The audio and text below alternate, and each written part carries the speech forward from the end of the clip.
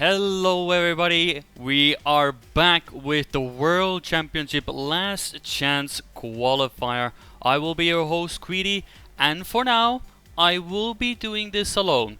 To explain, Turbo has some in real life stuff that is currently happening, so he will be arriving an hour later. So he will be joining us, so everything's fine. He's actually touching grass as well, and yes, as SRK mentioned, it is my birthday today. Hey, I have a present here. It's actually full of candy. It's literally full of candy. So it is my birthday. I am actually 27. So it's good to see all of you here and enjoying Last Chance Qualifier. And don't be worried, Turbo will be joining us. He will be arriving a bit later. We'll slot him in smoothly, and then we will end off with him as well. So probably I will be doing the first match completely alone, but I think it's perfectly fine. But we have things to do. Yes, I am 27. I'm old. No. Well, jeepers for that. We drink to that. Stay hydrated. It is water though. But to sum up what we've had, I thought you were 24. Thank you for the compliment. Yeah. So yeah. But yes, I am indeed 27. But we have Last Chance Qualifier. We have more important things to talk about. First of all, let's do a bit of a recap what happened yesterday, shall we? So, let's start off with the upper bracket. And as you can see in the upper bracket, yesterday we had some interesting results. Of course, we had some upper quarterfinals, semi-finals, and everything as well. And it is, as you can see, we had Robbers, Honory, Gravity, and Nesta getting to the semi-finals. And where Robbers got a clean win against Honory, who we will be spectating later on as well. And then Gravity x Pivo beat Nesta, and they are in the upper bracket final, which will be seed 1. So that is a very important match, but that will be later because we actually start off with the lower bracket. Lower bracket started off nice and calm. In the lower bracket, round 2 is where the action started. We saw the likes of Pivo Bitch, B2 Esports, Overtrain, Good Focus, Black Flame 1 having a bit of a shorter tournament. But then Eternity Esport won against Milky Way in the upper section, and Team Ovo won against Rana. Now, the important part is, of course, this is an important match because the winners of these lower bracket matches, so if Honory Eternity, the winner goes on to the next round, will be competing against Nesta Esport or Team Ovo. So, if you want to have a bit of a dual stream at the moment, we will be spectating Honory and Eternity Esports. There is also possibility to check the point of view of Nesta Esport, as they also have a stream as well. Don't worry about it, SRK. I took it off Twitter. You can blame the Twitter guy. Though probably the Twitter doesn't know. Doesn't matter, right? Doesn't matter. It's all correct, you know. It's the same way it looks on the Wikipedia, SRK. Doesn't matter. It's the same thing. Doesn't matter. In the end is what matters. But either way, back on topic. Nesta and oh, it is actually the old one, isn't it? Okay, we'll put it down. We don't need to see it. Maybe I have the actual correct one. We'll be right back with that one. But either way, maybe I can get the other one. But you can check the Wikipedia. Go into exclamation mark bracket. You will see actually the Wikipedia one. I do believe Wikipedia has gotten it this time correct. They did also need to update it. Didn't I update that picture? Yeah, I got scammed by the thing. Ah, there it is. That's the correct one. Well, there it is. Well, for the sake of, continuity, I can quickly, do a bit of shimmy-shammy, and put the correct one in. I do believe this is now the correct one. There it is. We'll show you now the correct one. On the spot corrections. There it is. Now it's the correct one. Honory and Eternity on the top. Nesta and Team Ovo at the bottom. That is the correct one. Now, we cooking here, quick fixes. We have it. I didn't actually seem to update. I did get the pictures, but they did correct them afterwards. But that is actually what we are expecting to come at the moment. So, as I said, if you want to have a second screen going, you can have Nesta or Team Ovo point of view for the second match. So you can also keep an eye on that. And for this stream, we will be spectating Honory and Eternity to some extent as well. Who did Honory lost to yesterday? Well, I can show you right away. Honory lost to Robbers. So yeah, they they went up against Razi and Epos. Didn't go so well. It was a 4-0 affair. It's most likely that Robbers will be getting that seed 1, unless Beta and Henken have gone on a mad streak last night. And it's going to be a tough one as well. So definitely interesting. I will say Beta definitely has been looking quite interesting. And after these lower bracket matches that we will be spectating soon as well, Honory and Attorney, we will be actually checking that upper bracket match as well. While the lower bracket lower bracket semi-final is also happening simultaneously. So we'll be first time actually seeing Robbers on the screen actually, which I'm pretty sure it's going to be exciting and hopefully a good one as well. Whether Beta Toast and Henken will be able to do something about it, it's hard to say.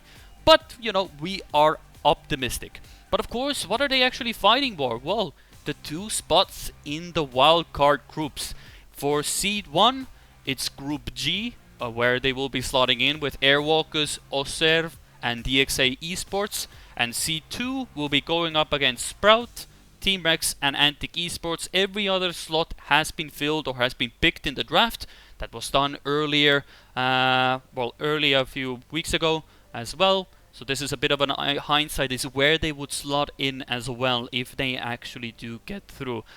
Seed 1 seems to be a very nice spot to go, where Robbers would probably feel very comfortable going in. Seed 2, well, you would have to go up against Sprout, which is going to be a tough task, but it's very hard to know how prepared Scrappy and Texture will be, but definitely they are very good drivers as well. But it's going to be a tough time either way. But I'm looking forward to it, and I think that recaps yesterday quite well. We had some interesting matchups as well, and now we have sort of the last... We have actually the last 8 teams still... Well, last 6 teams to be more correct. More like 6 teams. So in the upper bracket final, we have Robbers and Gravity X Bevo. And in the lower bracket quarterfinals, we have Honory versus Attorney and Nesta versus Team Ovo. So hopefully everything will go well. Hopefully the matches will be great as well. I'm looking forward to it as well. I do believe that some people, well, they are already on the server. Oh, I see SoftDB name in the server.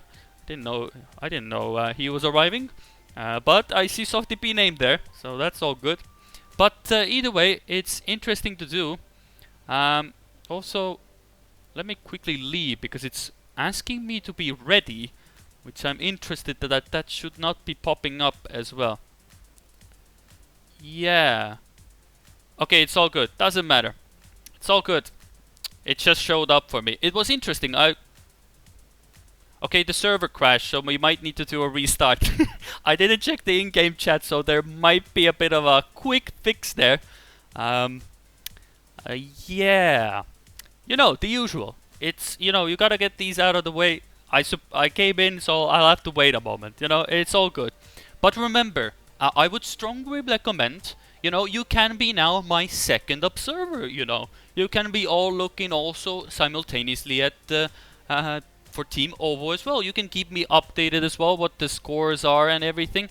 And all the good stuff as well. I won't have it open. I probably could have it open, but, you know, I'm gonna focus on the Honory versus Attorney as well. So, you know, you can have both streams open.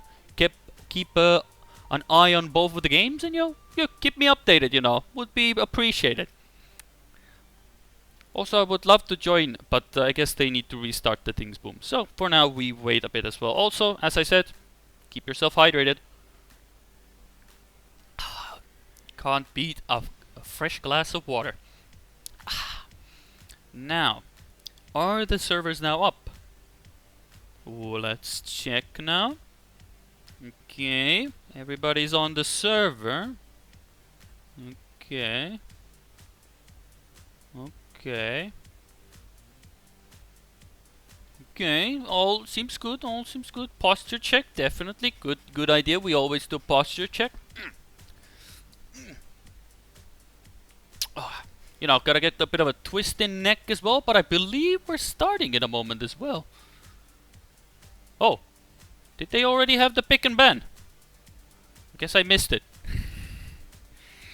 Well, I guess I missed the pick and ban. or it crashed and they had to do it anyway, or they had to manually do it. So, you know, we're in the game. Doesn't matter. You know, a classic. We missed it last time. We'll miss it this time. You know, we keep the tradition going. We missed again. It happens to the best of us. You know, it's all good. I would love to know what the map order is, but, you know, what we're gonna do about it. But without further ado, let's begin. We have, of course, Auris and Siren representing Honory, and Hergam and Nekojim representing Attorney, and we are on tubes to start us off. So a very interesting map, as Hergam has a bit of a touch already early on, putting Honory in a good league as well. And I see that the flag for Honory has also switched from yesterday, because I believe there was a bit of a small confusion, as Honory should be a Belgium org, not necessarily a French org. So, you know, we get that solved quick and span as well. But overall, a good run, as Siren is in a commanding lead at the moment. Falls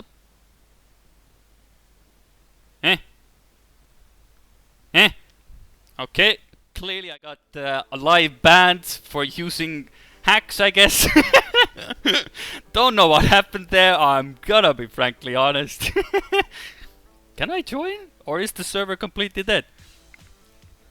I got actually a live hack ban. Sorry guys, it's just I had my custom skits on. I'm sorry, I was just cheating, and you know, I was seeing the live. Well, I don't know what happened there. I might have to double check what might have caused it.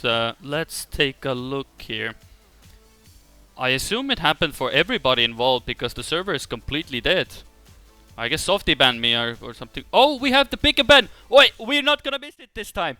Oi! That's what they were doing. See, the big brain there. They were going for that. I see. Now we get the pick and ban. See, they know what we missed, and they were like, okay, we'll do the pick and ban for you all again. So, sorry everybody, you know. So, we see Cosmos and Dive being banned. I will say, this pick and ban phase looks amazing.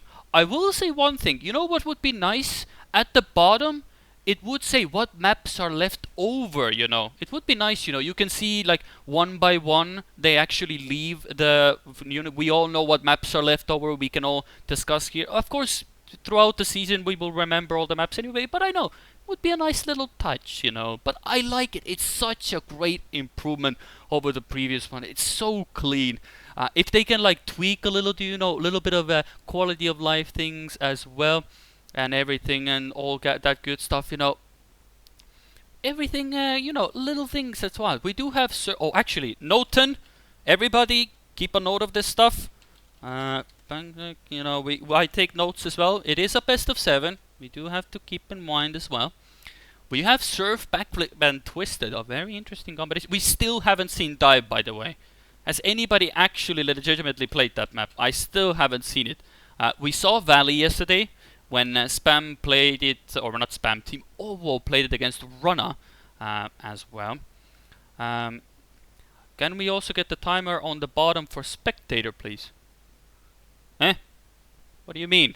Oh, there's a timer right there on your screen. Or do you mean some other in-game timer or something? You can see the timer is sticking there, right there. That's how much time they have to pick, you know. The things booms. I know, what are you talking about, Iridium? Or is that some other timer you are talking about? Interesting. In-game when specking around. Oh. Well, there's a lot of little things that are missing from the UI, but overall, I still much approve of it, by the way. It's very nice addition. Like 9 out of 10 in my eyes. But we do end up with Tubes and, as a decider, Tempest. Interesting, interesting indeed. A very interesting way to go about it. Now, I'm gonna try and play some of the introduction videos. I might have to do them a bit earlier as well. Yeah, it's like, it's plus plus, and if little things are added, plus plus plus, definitely for sure. But our next map is Surf, so I'm already gonna start off with the introduction video for Surf. You know, we get to see, I didn't get to play these that often as well, but I want to. These are really good videos as well, and you get a bit of an idea what you're gonna expect as well.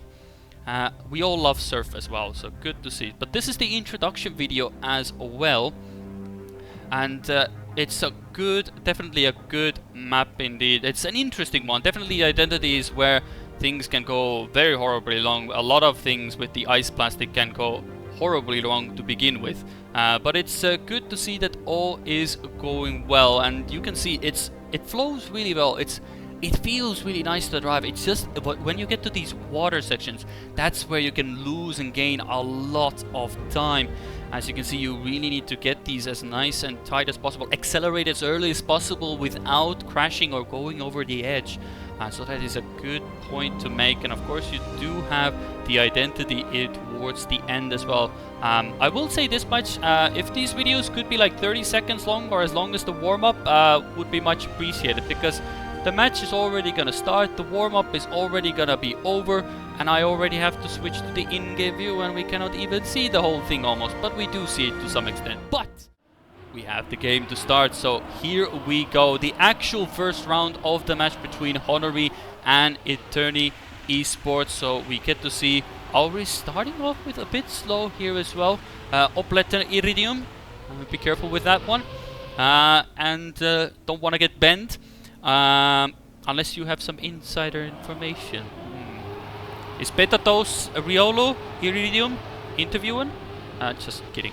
Either way, Necojim is currently in 4th position, so they will be getting us a bit of a good point of view at the moment, as Honory are the ones to take an early lead at the moment. Hergam is close by. Hergam was definitely the one to take the pace here as well, but Auris and Siren definitely can go really fast here, and their Identity is looking crisp, but Hergam is trying to push it. It's not that easy to get this right. This final turn you can get a lot of speed. Ooh, great race actually, 102s and a 102-104, very good round to start us off actually. Only Necojim had a bit of a slow start at the moment, but actually a good round on Surf, but Honory takes the ace at the moment, which is good. Well, if you're a fan of Latvians, which all of the Baltic scene is probably in chat, definitely a fan of as well. Of course, I'm gonna try and be an unbiased caster. Of course, I do want them to do well, but at the same time, we all want a good competition as well, and everything. But for now, at least, it is, if I said Latvians, excuse me, Lithuanians on the team, you know, we are Estonians, we get them mixed up a bit sometimes. But at the moment, Necojim is getting the wall mixed up with the actual track, as he did hit the wall before exiting the water, as Hergam is again the one to chase down Honory members. They are looking good at the moment, so we are going in again to this Identity. Can Hergam do anything about it? That's a bit too wide though. So Auris and Siren, but Siren has to let go of the pedal a bit and gives away the position, and Hergam does come in at 2nd position. Necojim is the one that hasn't been having the best pace at the moment. Of course, this is the lower bracket, so if you lose, you are actually out of the tournament. There is no more second chances here, so this is actually a fight for survival as well. So it is a best of 7 and all of that stuff. Always guys, world record, yes, there is a bit of a hint. At the top left, time is actually the match record, not the world record necessarily. So there is a bit of a tweak there, so keep that in mind. You can of course go and say world record POG, but it is actually a match live record. And so, you know, as hype as you want it to be, this is the current record of the match at the moment. So you can look at what is the best time. Of course, as you can see, if you look at Siren at the bottom left, Siren has actually driven a 101.9 or yesterday.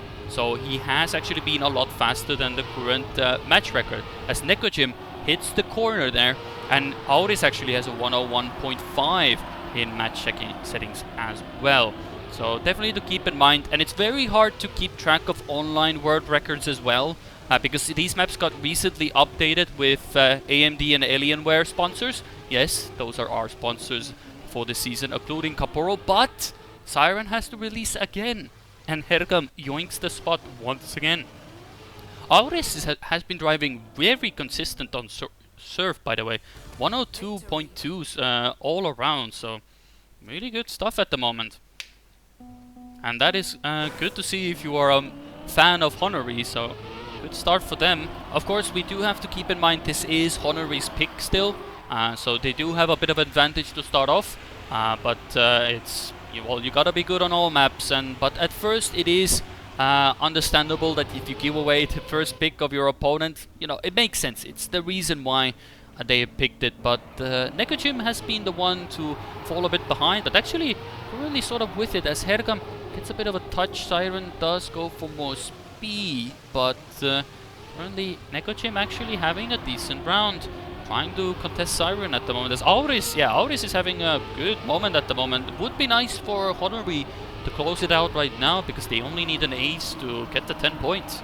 But Hergam has fallen even more behind. But this is a fight between Neko and Siren, depending on if they get the track point. But ooh, Siren really not getting the best end of this booster at the moment. Can Hergam actually come in and overtake? Not quite. So we will get one more round Victory to go. So 9-3. So yeah, we'll get to see how things go. Yeah, another round world record, you can say. It's an RWR, I guess, or a match, or MWR, match world record. Whichever way you want to do it. Yeah, Epos. Yeah, we already see. We are expecting some good things from you as well, Epos. So hopefully you will be doing well. But yes, Honory is actually a Belgian org, so it's based on the location of the organization. Of course, organizations can have various type of players, and in this case, for Trackmania, they do have a full Lithuanian lineup.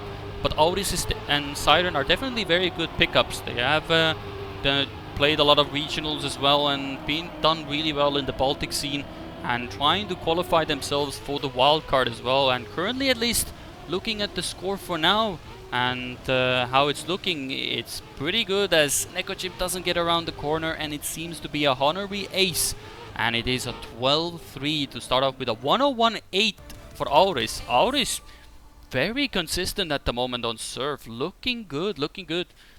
Definitely a way to start the round. But we are moving on to backflip. Now, the warm-up is too short for me to play the video. I would play it for you. So, unfortunately, I would have to actually start playing the video when the final round starts for it to start playing. For it to end when the round starts. So we're not gonna do that.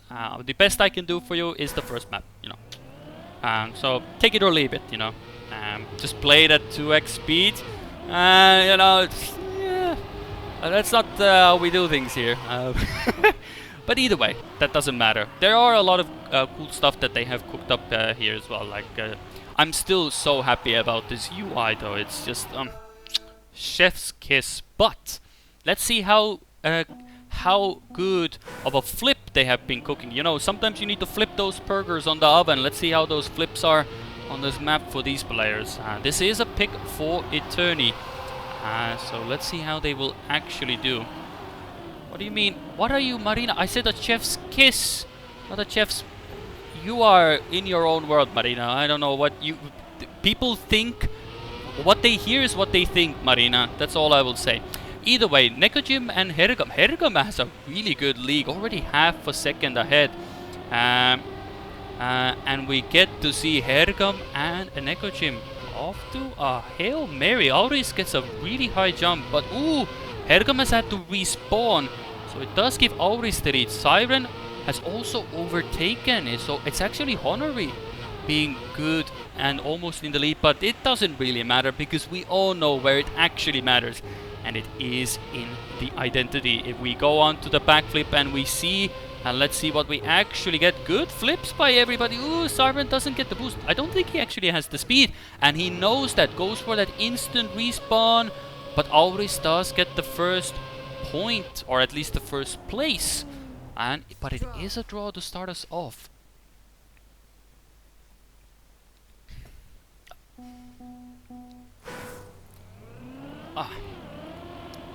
I also take a bit of water as well. Yes, everybody knows it's a world record. Auris is on fire. Not like Siren has a better PB than the world record. Just ignore that part. No, don't worry about it. I feel and it's actually a 107.5. That is actually quite a decent time. I do believe it's driven on the newer version as well, or that's actually really fast. 107.5. That's an insane time actually, given the times as well. So we'll see if he can actually pull that out. But for now, everybody has gotten through the map relatively. It does look quite wicked when you do get the flip, but Honory looking to do the better end of the flips at the moment, because Eternity are trying to chase them down. Ooh! Siren clips the corner and has to go again. Oh, he doesn't have the best respawn as well. Can he actually get this jump? He can, but not the best way. Now Auris, Nekojim and Hergam are going for the flips. I don't know how much speed they have. Yeah, Hergam has to respawn. Auris makes it. Nekojim had to respawn. Hergam has to respawn. Nekojim does make it. Hergam does make it. Siren now. Can he make it? Just about. Yeah, this end can be a bit difficult, that's for sure. It's very hard to time because your flip is dependent on your speed. So every time it can be just slightly different. When you have to press the brake, maybe you have to do a tap release. You can save it, but you can lose quite a bit of time in doing so on those flips. So, you know, it's very hard to keep those consistent. I'm interested to see like how like the pros, you know, the top echelon players do these tracks, like how consistent have they made these tracks. But for now, it has been a draw festival. Two rounds, 2 draws, all things considered.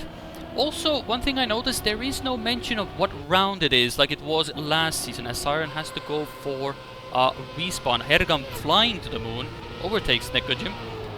But currently Auris is just, I don't know, he's on he's currently on time attack pace or something. Like, he is having a time of his life at the moment. Yesterday he didn't sleep that well, as he was like awake really late at night, I believe. But he's having a marvelous race at the moment, and he's going again for a first position. I don't think he has crashed a single time at the moment. Goes for a flip as well, and a world record machine, as Siren has to respawn. Nekojim has had to respawn. Siren again has to respawn. Nekojim hasn't even gotten to the identity yet, so it is going to be a victory for the two, and it is a good start for Honory. I mean, it's just Auris is having a good time. He's enjoying his life at the moment. What is actually Auris at the moment? Yeah, he's just been having a good time. Of course, the back end had a bit more struggle, but if everybody can, you know, take a bit of, you know, oh, he actually, you can see actually an interesting part. He actually releases the turning right before the plastic wall, so the bounce is not that strong and gives him such a better line, but it puts also Siren on a good end for him as well. But Nekojim and Hergam struggling to keep up at the moment. They do have to rely on a few mistakes here to catch up, as the pace hasn't been quite there. But Siren is somehow respawned. Yeah, he has actually respawned. It actually says on the top right as well. There's a lot of information on the screen, so you sort of have to have like more than 2 eyes to keep up with everything. But you know, we keep up with the basics, and that is the cars. So can Auris do this again? He has gotten it every single time. Surely he will get it again, and he does. It looks so clean when you get it. Just a matter of no issue whatsoever. And Nekojim with a 107.9 as well. Nekojim is second, Hergam is third, and Siren stuck in a respawn loop, but he knows he doesn't have to finish anyway because Auris is absolutely popping off at the moment.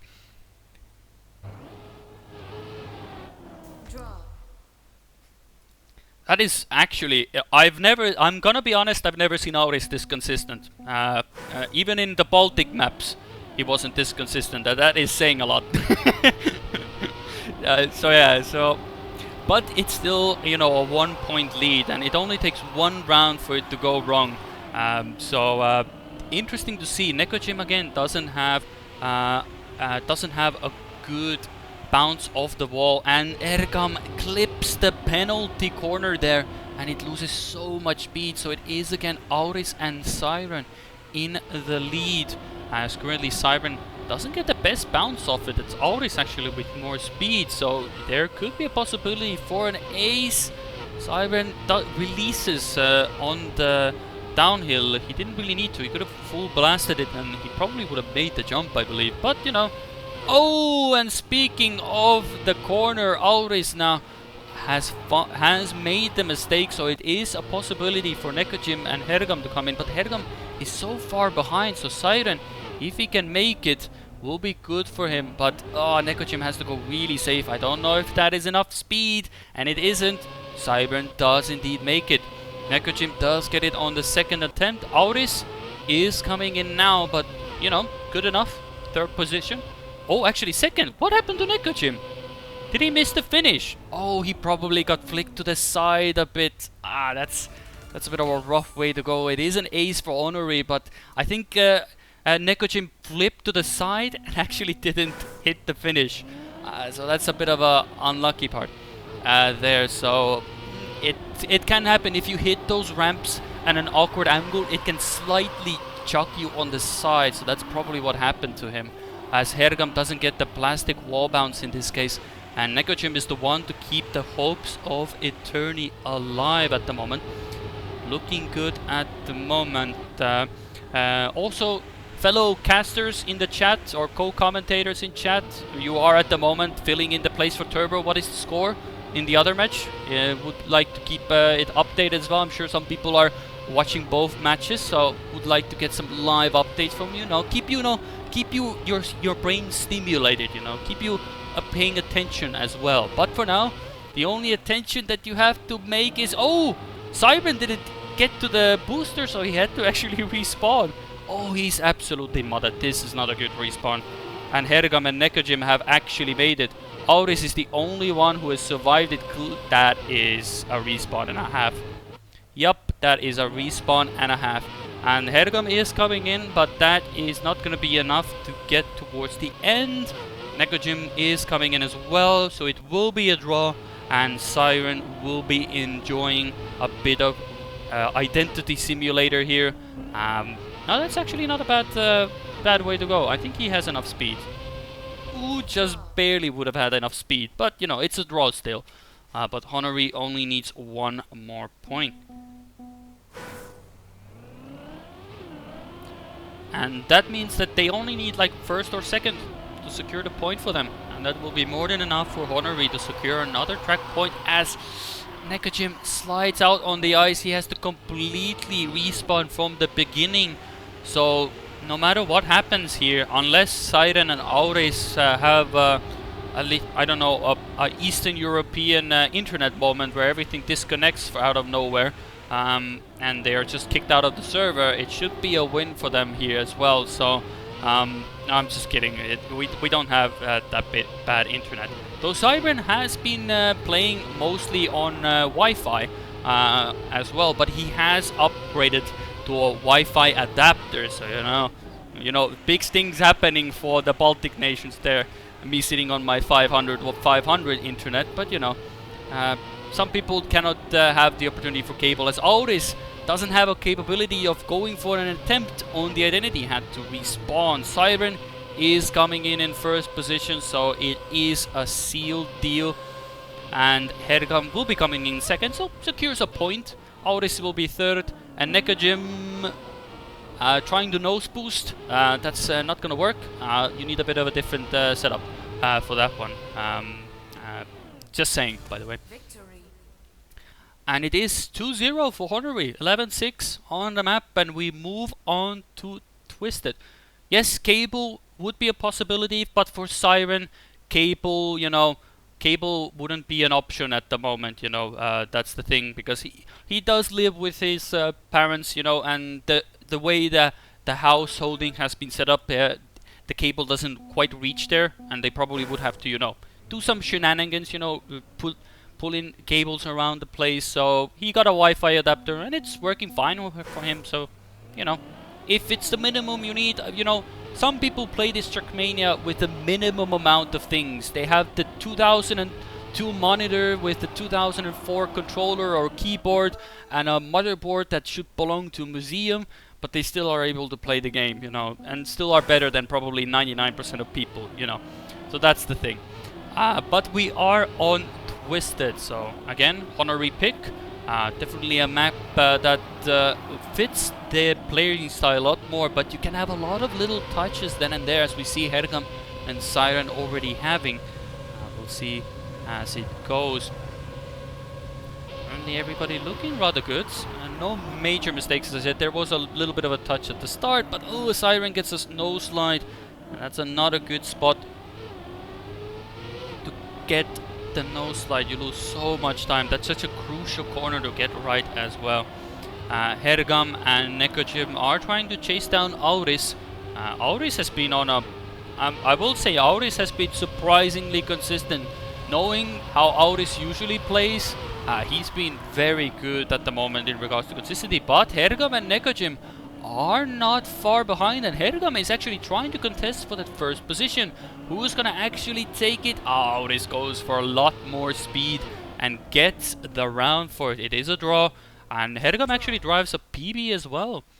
Good round for everybody involved. Siren had a bit of a tough time, but that is how it will roll.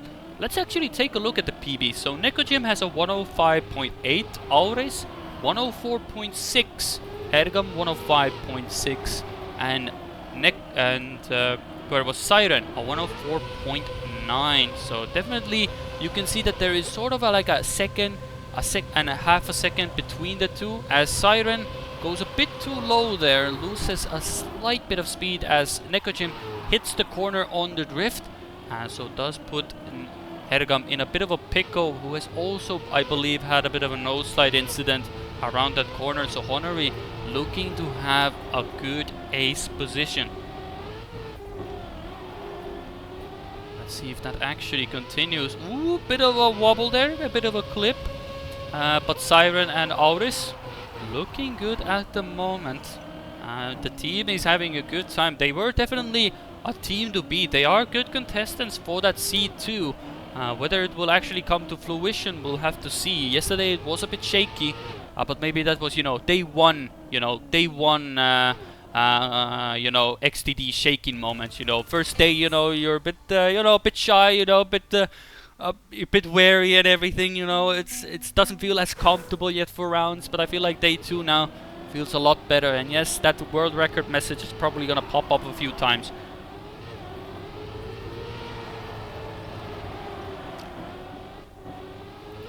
Okay, quick drink of water. For now, at least, for those of you who don't know, yes, I am currently casting alone. Turbo will join me later on, so, you know, just keep that in mind as well. At the moment, when I do drop silent for a moment, I'm trying to keep myself hydrated, you know. You should also keep drinking. But for now, at least, it seems that everybody in this round is refreshed and good to go, because it's a good fight at the end, and also where Auris is as well. Like, he is contesting with Nekojim. Siren has taken a bit of a lead, all things considered, but Eternity go a bit wider, and Nekojim, I believe, also clipped, given given how far he is at the moment. So Hergam is the one to chase down the members of Honory. It's not looking good at the moment, taking a bit safer lines, and Honory hand in hand together. The Lithuanians come, well, not as close across the line. Auris, I think, hesitated a bit and went on the throttle a bit later. But 7-1 is the score. If you are Brazilian, look away. That scoreline might have a bit of PTSD there. Not gonna mention anything apart from that. And we move on to the next round as Auris goes a bit too tight in the corner and clips. But it's not too big of a mistake. But it does lose you almost half a second to start off. So let's see how things go. And currently, Team Eternity are the ones taking the helm of this round. It is Honory chasing down the two Frenchmen. They actually catch up to them.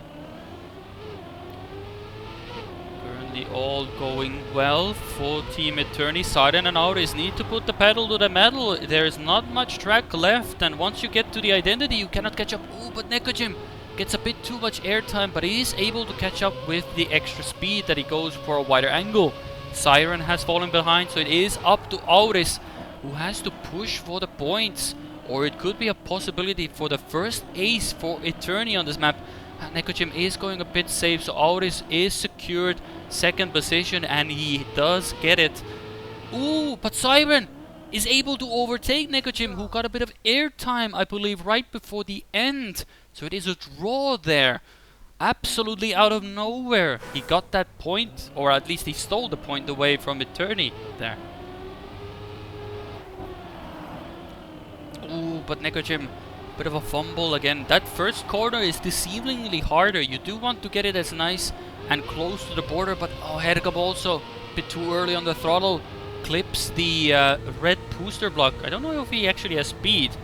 It's gonna be... oh no, actually he does have a fair bit of speed. So unless Honory now throw for the biscuits or, you know, a bit of round fun, it is a bit Jover for them, or at least Jover for Eternity for this round. Auris and Siren haven't made many mistakes towards the end here, at least as far as I've seen. There has been a few drops and buckets here, and if they get a bit too of a low jump, but I feel like they do check the splits from time to time, and I think they will see that Nekojim is almost a second and a half behind, so they really don't have to do much shenanigans, but you can't really do much here. The only part where you can go a bit wrong is you can jump here if you have too much speed, but Siren is taking it very safely, and rightly so, because that is an ace, and that is a very good time by Auris as well.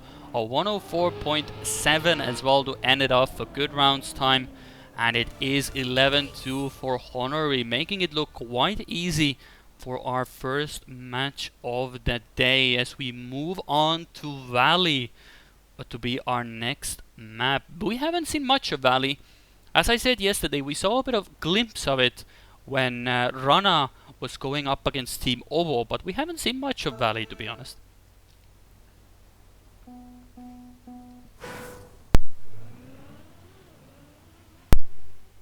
But to me, Valley is my favorite map. If I had to choose a map that I would like the most, I will say Valley is among my favorite maps. It is such a fun part to drive. It has so many nice elements to it. It is not the most difficult map to drive, and it can be pretty easily safeable as well if you want it to be. But it's so much fun when you can send it around the corner. So it definitely belongs in my top category of best maps for the World Tour, in my opinion.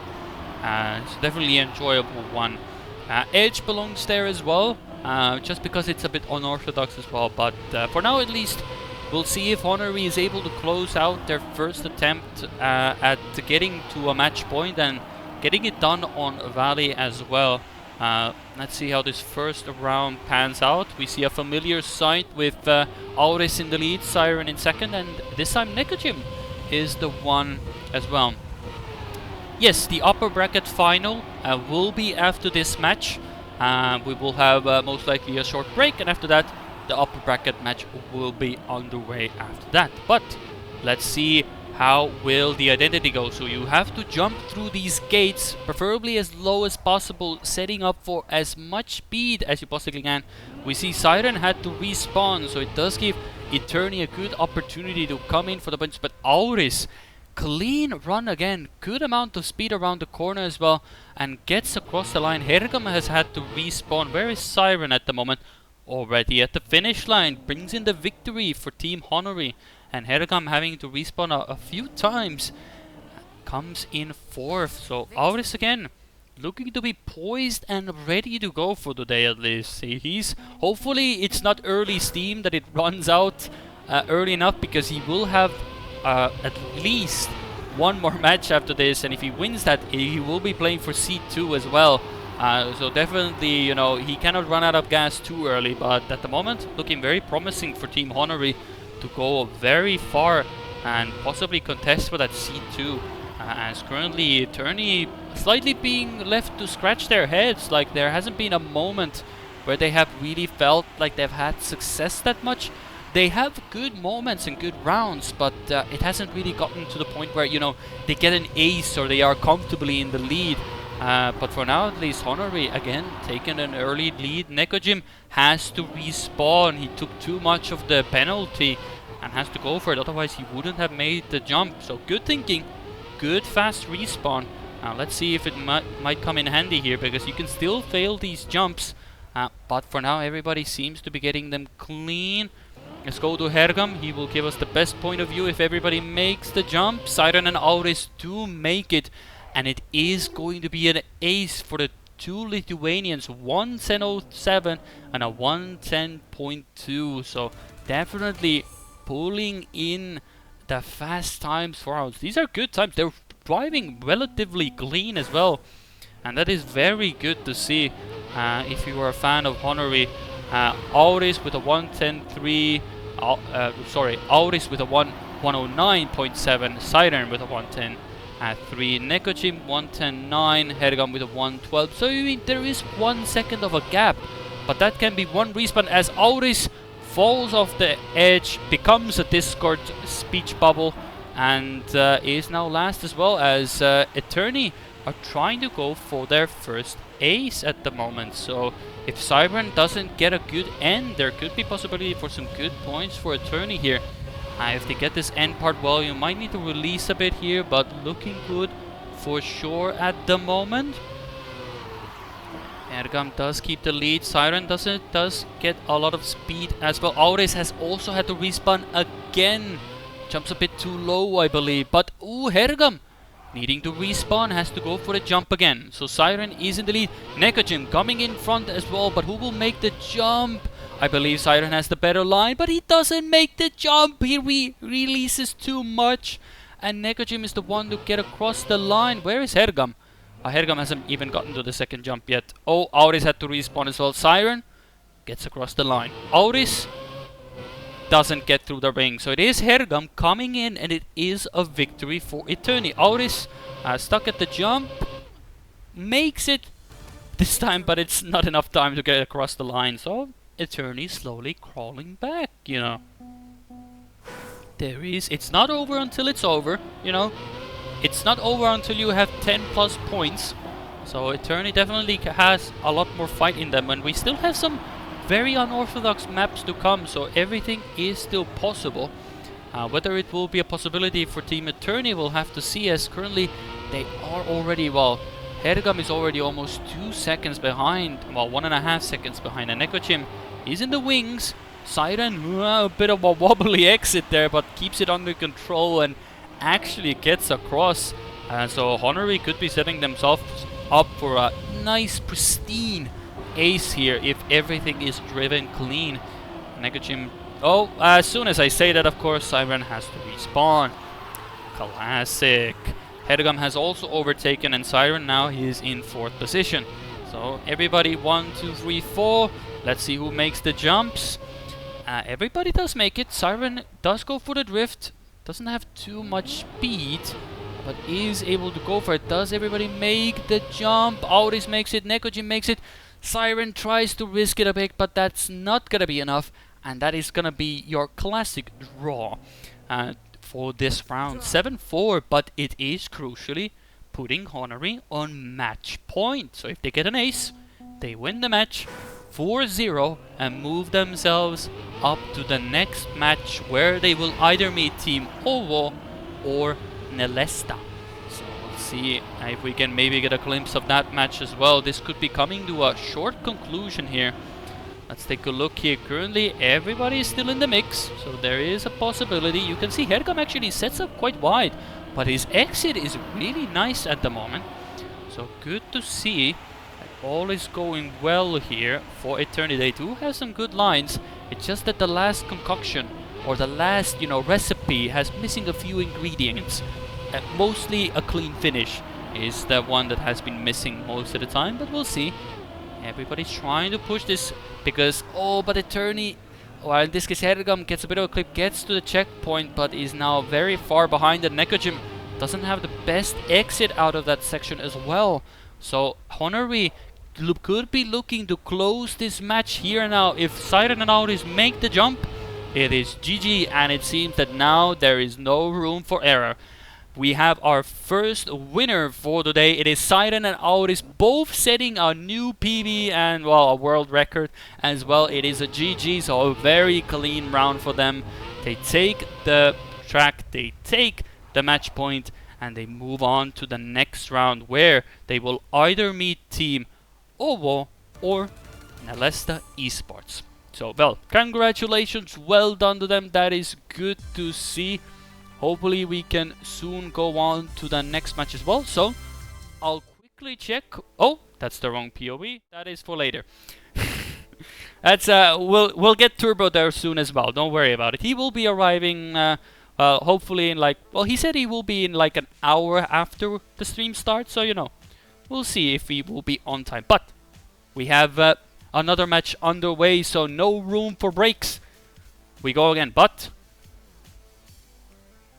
quick sip of water, and we go again.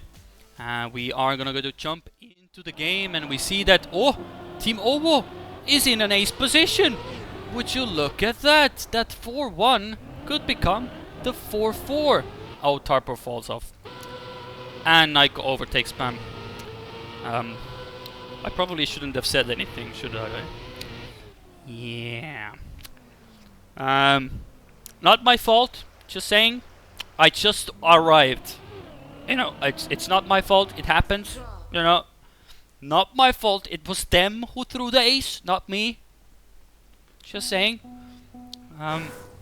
Moving on. Hey, look at that. Nesta at the moment is in a 5-2 lead as Team Ovo do need a few aces. So we'll see how things will go.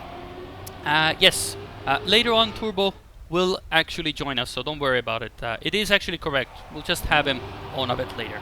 I get to enjoy a bit of the, you know, I'll warm up the seat for Turbo, you know. We'll get, you know, we'll get the, you know, we get the icing on the cake, and with Turbo we'll put the cherry on top.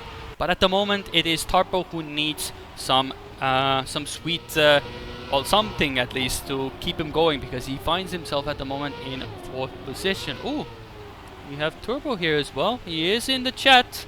I don't know, I don't see him in the room that he's supposed to be in, so maybe he's on his phone, you know, on his way here. You know, you can interview him in the meantime. At the moment we have a high intensity match as Spam hits the wall, goes off the pipe a bit too late, and Nico and Willux both have to respawn. Willux has to go again. There's multiple respawns. Where's Spam? Fighting with Willux. But it's not gonna be enough. It is a victory for Nesta. That could have been a round for Team Ovo there. Very nice, Turbo, very nice. So soon we will be waiting for you as well. We have a warm seat for you waiting once you get on as well. Yes, I know. So some of us do touch grass, you know. I'm definitely not one of them, as it is my birthday today and I'm casting Trackmania esports, but to be honest, I wouldn't have it any other way. Plus, I'm not really a birthday guy anyway. I'm gonna be honest. I don't really enjoy birthdays that much, let's be honest. I'm not that guy. Like, if somebody does something for me nice, I appreciate it, you know. If somebody like throws me a birthday party or something, gives me a surprise, I'm really happy with it, but I don't really celebrate it that much as well. But for now, you know, hopefully Team Ovo is able to bring a nice gift, because I do want them to at least, you know, give them a shot at C2, you know. Anything can be possible, you know. Hopes and dreams are alive. We'll see if it is for them, but Nesta Esports are currently in an ace position, so if Tarpor has to hold on, Spam falls off, so it is up to Tarpor, who gets overtaken on the line, and it is an ace for Nesta Esports. That's... Tarpo went a bit too safe there, and he gets overtaken right as he crosses the line for hundredths of a second. It is a GG, so a very good round for them as we move on to the next map, which is Surf. Interesting choice. It is 2-2, so, you know, it's not Ono quite yet, you know. You can still be Ovo, but if Nesta takes this map, then we might go Ono, you know. Why is the logo so dark in the overlay? There is a bit of a, as far as I read, if there's more than one color or like too many colors in the PNG, it just turns into despair. Yeah, so the logos don't really support many colors. So if there is color, then it just goes into despair mode. So yeah. It can happen, it can happen. So it's hopefully it goes from, it stays oval, because, you know, the picture is oval, but you know, it's sort of, you know, it's a mix of Ono and Ovo, you know, both. You know, it's a good mix-up. You can look at it that way, you know. You in life, you have moments of Ovo. In life, you have moments of Ono, you know. Life lessons here. You heard it here first. But if anything is to go by, Willox learning the hard lesson that you shouldn't hit those pillars. And definitely a good lesson to learn. Tarper also in the mud a bit, so that is probably a bit of an Ono moment. Spammy Guy is the one that is trying to now defy the odds and overtake Naiko here in the end. And we see how things go for him. This is a very crucial part. You can gain a lot of time here. Naiko goes really wide. Still is able to hold the lead. You have to be quite careful. Can Spam overtake with more speed? Not quite. Naiko is able to stay ahead. Willox coming in third. Tarper coming in, well, he is fourth at the moment. I don't know, Tarper doesn't have really a good relationship with reactors as far as I've seen. An interesting way to finish still, but you know, he gets across the line. 2-1. All looking still possible for Team Ovo. Now, Nesta Esports, though, Naiko and Willox, a lot of people actually predicted that Nesta Esports would be going through. The only difference between votes were that Mada thought that Honory would be the one to be seed 2. And of course, the GOAT himself, Carl Jr., picked Team Ovo to be seed number 2. Because why not, you know? If the GOAT says it is so, then it must be true. Currently, at least, Nesta Esports is currently in an ace position and looking to secure it as well. Tarper very hesitant here, but Willox touches the corner there. You see he slowed down a bit. So gives an opportunity maybe for Tarper to, well, slightly catch up a bit. But Spam does take the second position. So let's go on to Willox. This is not the final at the moment. This is the first match of the day. This is lower bracket quarter final at the moment. Next match it will be the upper bracket final and also the lower bracket semi-final happening simultaneously. So, you know, a bit early on. Naiko has had to respawn. Spam takes first position and Tarper is third. Why? Look at that, the tables turn. It is 3-3. Everything's looking a lot brighter now. So there's definitely, the match is not over. I will say that Nesta Esports both have better PBs than Tarper and Spam. But you see, there's possibility to win the matches, you know. If you keep it clean, a clean run can sometimes do you wonders and just be able to give you the points you need. So a little mistakes then and there can be quite detrimental. And Surf overall doesn't have many difficult segments. It's usually this water section that you really want to get a good exit out of this, as you want to go on the throttle quite early. Tarper Guy still struggling a bit at that section, but Spam is trying to hold the flag high for the two Dutchmen against the two Frenchmen. A classic, everything considered. But this end can still throw a spanner in the works. One respawn can get the Tarper back in as well. But everybody starts. Oh, Spam drifts a bit too wide. Doesn't get the water grip, if you want to put it like that. Yes, water does have grip. Naiko in the mud hits the corner, and Tarper also overtakes. Naiko hits the inside a bit too early, and it is fragile, so he has to respawn unless he gets lined up towards the finish. So it is another draw, 4-4. We get a step closer to every single round here. For now, we do have to wait and see how things develop. You know, it's a bit of spinning for everybody, you know, not everybody's feeling quite 100% comfortable here.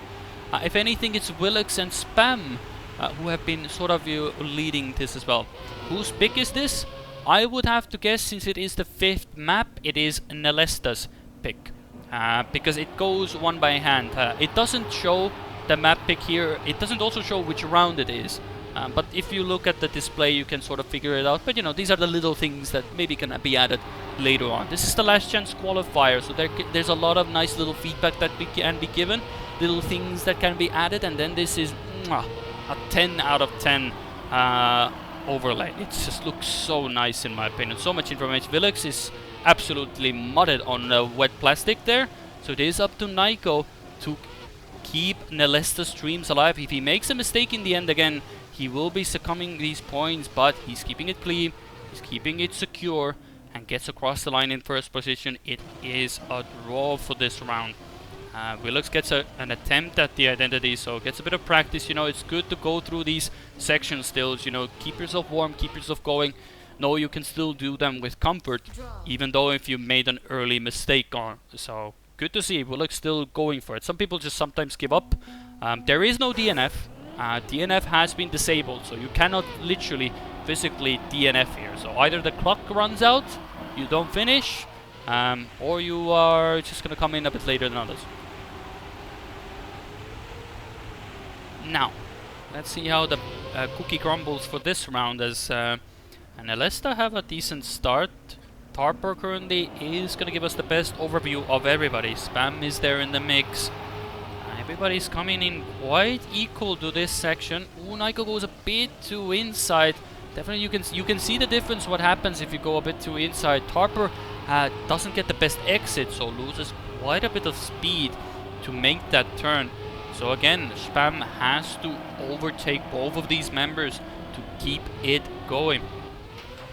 Yes, you cannot accidentally DNF, so even if you have it binded, it's not possible. Tarper has had to respawn, so Spam has to get this corner perfect. Risk it for the biscuits, but it's not quite there. A great race though. Good round by everybody involved, but it was just a bit too fast for Spam. It is an ace for Nesta, and it is 8-5 for them as well. But it is their pick. It is very likely that we might be going into a decider. Well, given that everybody wins their own map, you know, it is a possible. That was a good round though. I will say a very competitive round of Surf as well.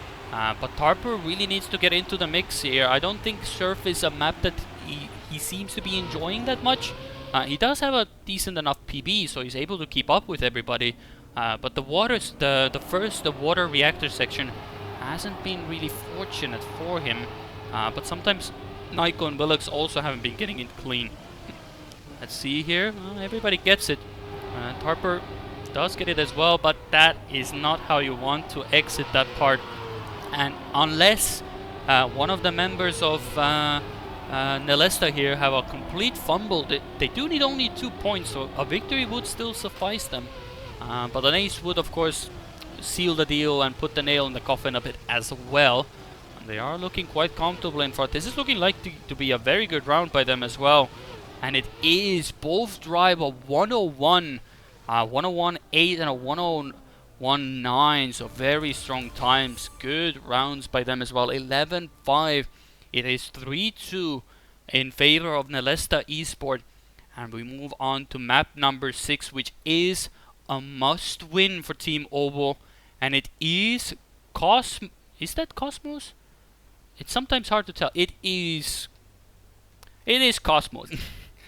Definitely didn't quickly cheat and to check. Technically, I could have just quickly checked. Literally, I can understand it if it is Cosmos around the first corner. Yes, I would have understood the Cosmos. I cheated a bit. Okay, I admit. I pressed tab.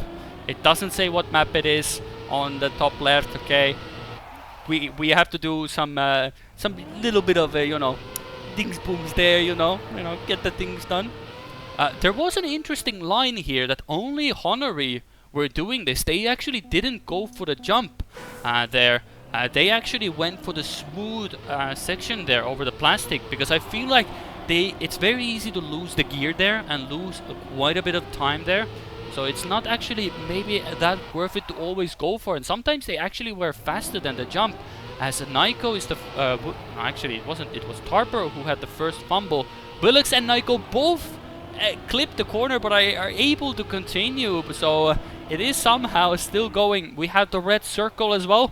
It is the helicopter view as well. I just love that. I just love that red circle moment. It's just like it really didn't need to be added, but somebody just was like, yep. I really need you to know what car you're spectating. But I like it. It's a nice little touch, you know. It's the little things that matter sometimes, you know. Somebody went through the effort to do that as well, you know. Yeah, but it is a nice way to do a YouTube clickbait thumbnail. But we'll see how the actual identity goes. Now, we are going to go with Willux, because he is actually contesting Spam here. So let's see. Oh, but he hits the pole there. I cannot switch, because if I switch, the camera angles are gonna be bad. And, well, it's gonna be bad, because as you can see, if I switch to another player, the camera goes away, because I'm no longer in the trigger when it started. So it's, you know, once you pick somebody, then you have to stick with them. There is no other way. So I sort of have to play, you know, 25% chance I picked the right driver for the identity. So I have to do a bit of gamba in the identity myself. Otherwise, we'll have a bit of an interesting camera angle there. And then everybody is gonna be yek, because why can you not drift it? Why you can see camera 1 while everybody is in an upwards camera? But you know, it's the fun things. You know, that's what it makes it interesting. Spam, I believe, clips, and Nico also doesn't have the best jump, so you can see the difference. If you get a good jump and versus a bad jump, you lose almost half a second there. It is Willux and Tarper up in front. Spam is catching up as well, and so is Nico, right? Tarper had a bit more. Yeah, spectating is better than being the one who crashes. Yes, indeed. So I do have to pick a bit of poison. I have to sort of preemptively know who am I not going to caster curse before the identity, basically. So whoever I pick, I hope I don't caster curse, basically. So, you know, no pressure, everybody. We are gonna, I don't know who to spectate. I guess we go with Spam. He's currently the one trying to attack Team Nesta here. It could be a counter race here. But everybody is getting there. Spam has more speed, but it's not gonna be enough, as Nesta get the counter ace at the moment. And it is 3-3. Yeah, I was wondering something as well. Imagine if it had like a missile circle as well, like a crosshair or something. You know, imagine that was the actual circle. It's like a missile strike, like waiting to happen, you know. Imagine if that was a thing. That would be, it would be hilarious, but probably wouldn't be a thing that should happen. Tarper having struggled with the drift at the start, so it puts Spam in a bit of a tough spot. Yes, it is a match record, not a world record. We all know that already. Get with the program, okay? And no, this is not Iridium. You're in the wrong chat, by the way. Also, you are not mod in Spam chat. You wouldn't be even able to use that command. Unlucky, Bozo. But regardless of that, Nesta is looking to go for another ace 2 in a row. This does feel like a map where if one team gets away, it's very hard to crawl your way back here at the moment. Because the only real section that you can now catch up is the identity. And unless, you know, unless somebody crashes the pole, there's not going to be much that is going to happen here. So let's see, can Nesta do it twice in a row? Looking good so far, and it's looking to be clean. Spam still, again, has a bit more speed, but not enough. It's another ace, and Team Nesta going up 6-3. And Team Ovo might be having a bit of a short day here. They need to get back into this if they want to keep this dream alive. Would be an interesting fairy tale of a story if they get through, so definitely not over. We already saw it's been 3 aces for 3 rounds, so don't count your eggs before they have hatched. So, you know, be careful of that as well. Or I guess there's some other ways to say that as well, but that's one way I know, at least. I know Estonia has some sayings as well. I'm sure every country has their own ways of saying it as well, and stuff like that. But, you know, we'll keep it with a classic. As currently a Tarper at the moment giving us a classic point of view. This is currently the loser bracket.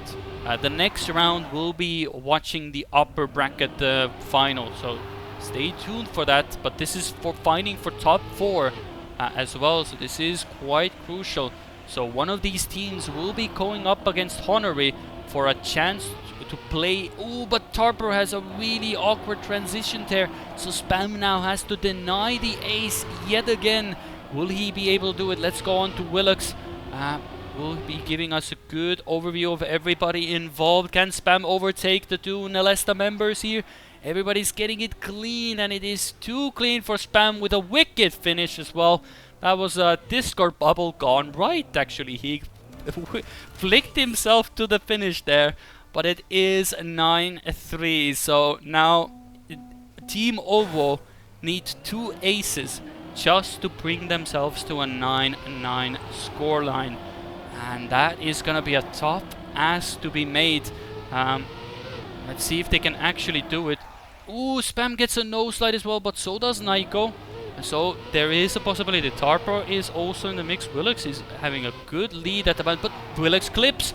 This is an opportunity. Spam goes into second position, and Team Nesta are the ones on the back foot. Nico is trying to hunt Spam down, and we'll see how things go here.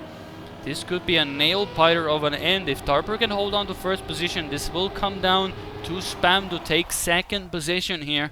And it's looking good for Team Ovo. Willux is still in the wings, but clips the corner there. So it is actually Nico, the one to deny here. Can he bring Nesta to the upper bracket semi-final, or will Team Ovo get another chance at the round? We'll see. Here, let's take a look at Nico at the moment. He's going to be the crucial linchpin here. Who will be taking this identity? Nico has to risk it for the biscuit, and he's going for it as well. Tarper has an XDD shaky moment, and Nico absolutely sends it, overtakes every single member of Team Ovo, and that is it for Team Ovo. GG, what a way to end it for Nico. Absolutely excellent race in the end between the two. But that is the final match for Team Ovo. So they are out of the competition. It is Ovo, as I see it in chat written, but they did well. I don't think Spam and Tarpo really thought that they would actually make it to Tay number 2, but they did make it. Could have gone better. I mean, it was a 4-2 scoreline, so you know they got a few maps off of Nesta, so well done to them. But that does mean that if we take a look at the lower bracket, this is now what was from today. We can see that Nesta, well, we can know already. Honory moves on to the next round with Nesta, so that is the lower bracket match. But we are going to be watching the upper bracket match between Robbers and Gravity X Pivo once we do come back from the break. So don't go too far. We'll be right back after this break, and we'll see who will be the seed number 1 for the wildcard. So we'll be right back.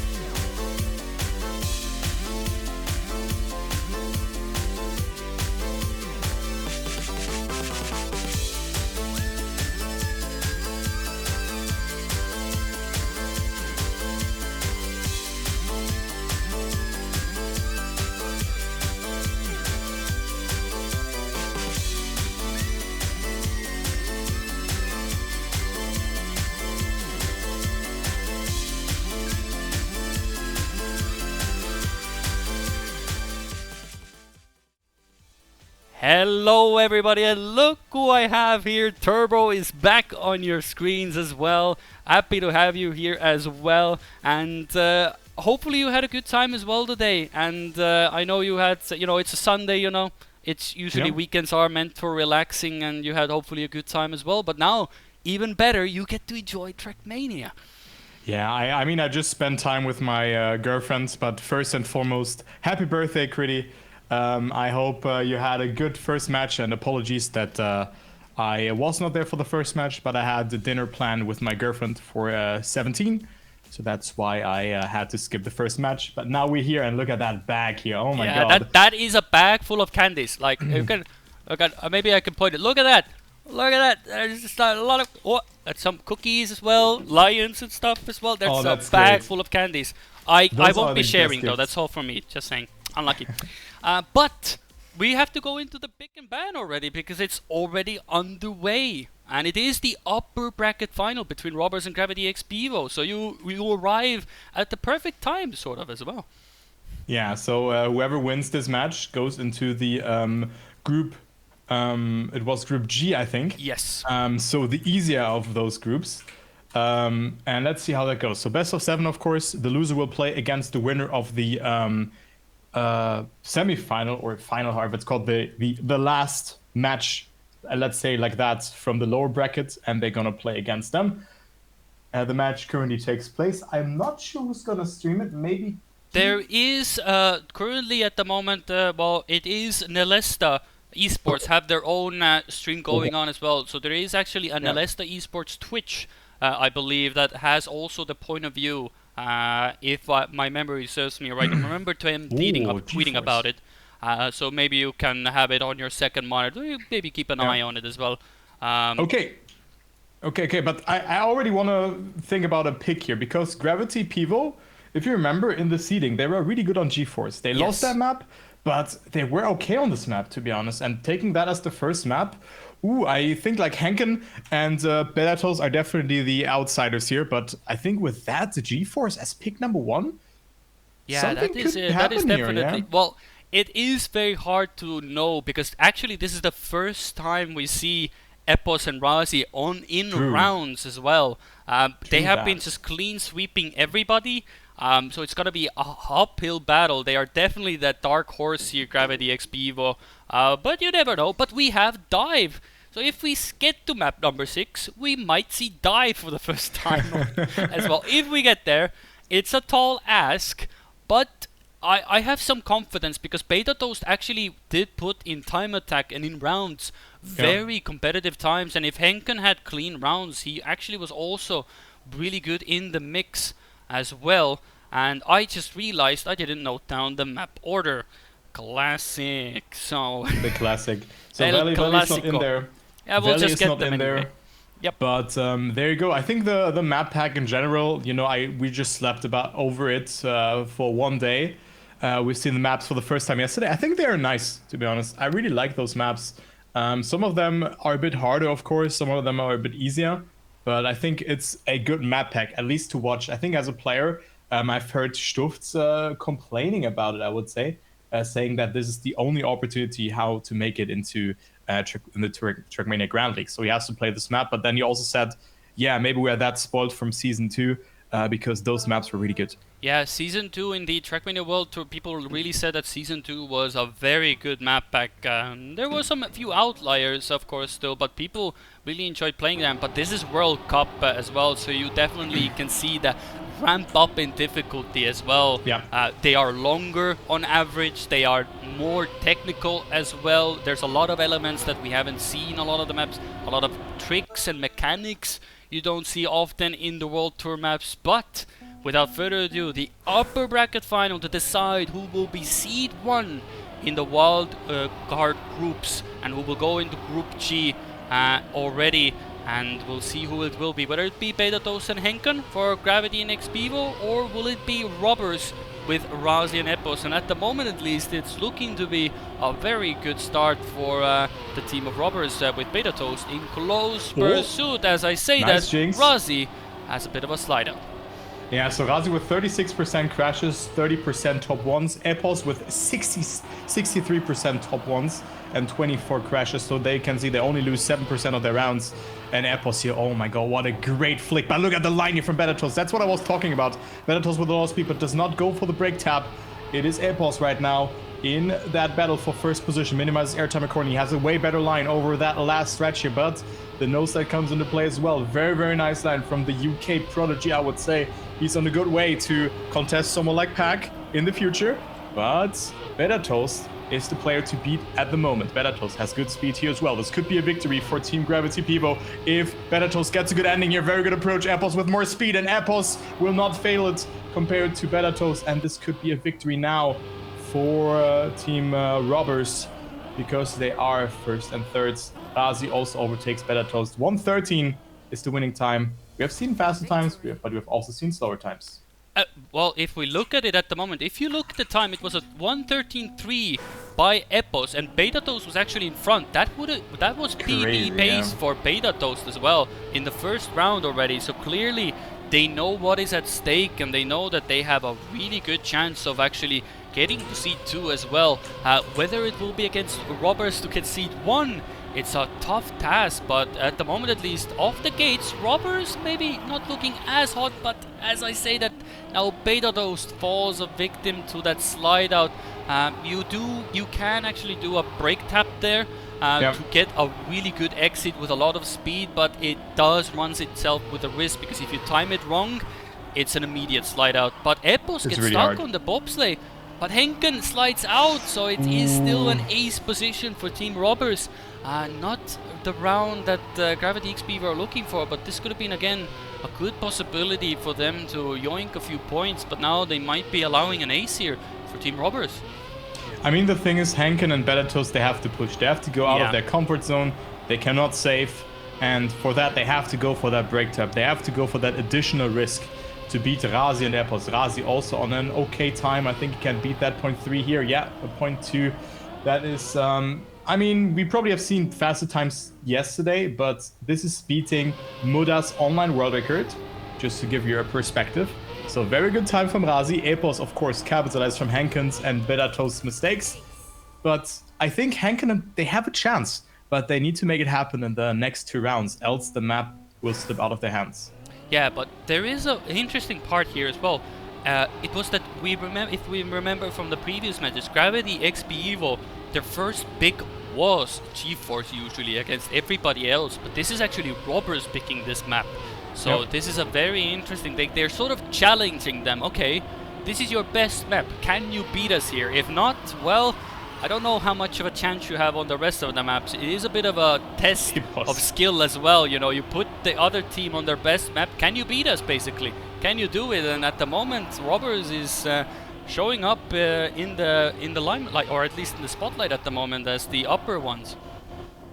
Epos had a really good start, but he was risking it too much. Had to release in the bobsleigh with that. He has made that mistake, but yes, you're right. They have to make it happen, because maybe I think this is one of their best maps. Definitely top 3, yeah? If we just take a look into the seeding. I mean, also here, they're just behind Razi, 0.7 of a second. And keep in mind, Razi was 0.5 behind Epos. So let's see what time Razi does. I'm really, really looking forward to that. Henken also with a mistake in the meantime, but still lands smoothly in the slope there. And Razi will clock in that first position with a 113.9. So maybe he has saved it a bit, but Epos was on another great time. But it's a draw, so Gravity Pivo taking some time, taking some points, 1 to be exact, but still 4 points behind Robbers.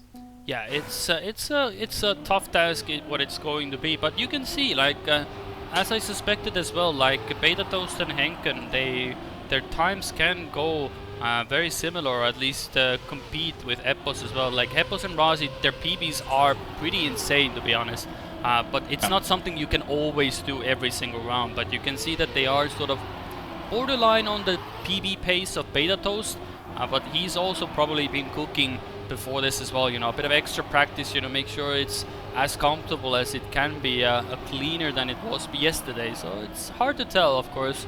But Razi is definitely enjoying a good time at the moment, but Bedatos gets his wheel stuck on that ledge there. So it is Henken who's the one that has the Swede has to save the German from the might of the Robbers. who are looking to steal some points and rounds from these teams. A fitting name, I would say, for this team as well, because that's what they've been doing, stealing the show for this tournament. Yeah, and I think they will certainly not steal the show in that next match that we have after that. But I mean, never call it too early, but I think this was a huge opportunity for Gravity and Pivo to beat Razi and Epos. But I mean, look at those times, sub 114. I think they can beat those times on a good day, but they have to get out of their comfort zone. So 0.4 is serious business here from Razi. It's 9-2. 2 aces in a row are needed, so they have to clutch it. So I hope that they're gonna make it. I mean, it would be a great story to see they getting at least 1 ace now. Even 1 ace would be great for them. But I mean, already the nose side here from Airbus at the start. Very, very nicely done. Finding himself in the lead together with Razi, jumping pretty early into the bobsleigh there and not having the best amount of speed because he had to adjust his steering. So Henken and Bellatos having a chance here to get that first position. It's a 3-horse battle for first, but I think Epos gives us a very good overview here over the player field because he is on 4th place and only 0.4 behind, and he had a very good ice section last round. Failed the round before that though, the round before the last rounds, and now he had to adjust as well. Razi as well.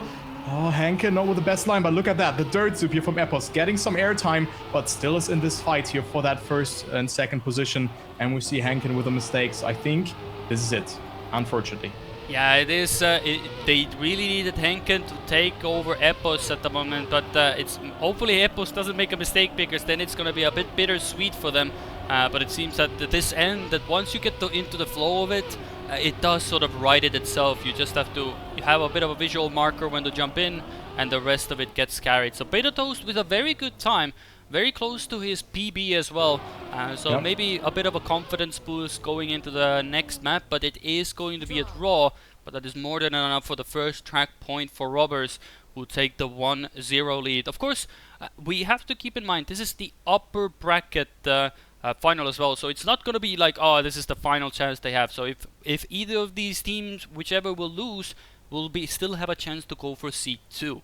And to answer the question about how how the crashes are calculated, it is based on the delta of the round. So if you fall behind a certain delta of the round, that is considered a crash, or at least sufficing of a crash. Maybe a minor touch where you lose at 3/10 is not a crash. You could call it like a minor mistake, but if you fall behind a delta, then it considers it as a crash. What the actual calculations is, I wouldn't be able to tell you, but that is sort of the gist of it. Yeah, I would say something like 1 second of a delta from checkpoint to checkpoint, something like that. But it's really hard to measure that because also some players, maybe they didn't crash, maybe they just went safe, and this was considered a crash. Maybe here, like we have seen some players going super wide in this corner, and if you just cross that checkpoint a bit later, this was not a crash then. So it's sometimes hard to tell that. And also here, you know, yeah, I mean, it is what it is.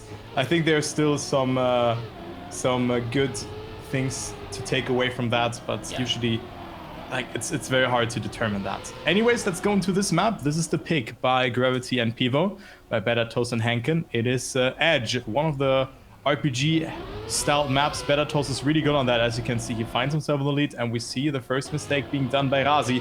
Henken and Bedatos, first and third position, would be a very, very good opportunity for them to take some points. Henken will barely make that jump.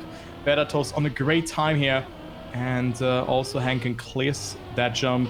So he will get that position. Bedatos with a 105.37 as the first place. And the world record on Edge is a 105.17. So only 0.2 away from it. Maybe we have seen faster times yesterday, but that's what I see here as the online world record. Yeah, that is true. And I actually looked at the PBs. Razi didn't really have a PB, and Epos got like a 20-second something PB as well. So it seems that they haven't really played Edge against other competitors that much, or if at all. So that is something to keep in mind. Maybe this was a picked by Gravity on purpose, so it's very hard to tell if the times there up the top have been correct, but that's what has been tracked at least. So that is something to maybe keep in mind. Maybe Gravity XPevo have been keeping an eye on some of the matches they've been doing and maybe have noticed, but Betados is the one that has to respawn. But there is one thing I've noticed, which I'm sure we'll see a lot of as well, is that the intended line is to go the outside, but both Rossi and Epos have a mistake at the checkpoint. Oh, no. And now Henken is the one to take the lead.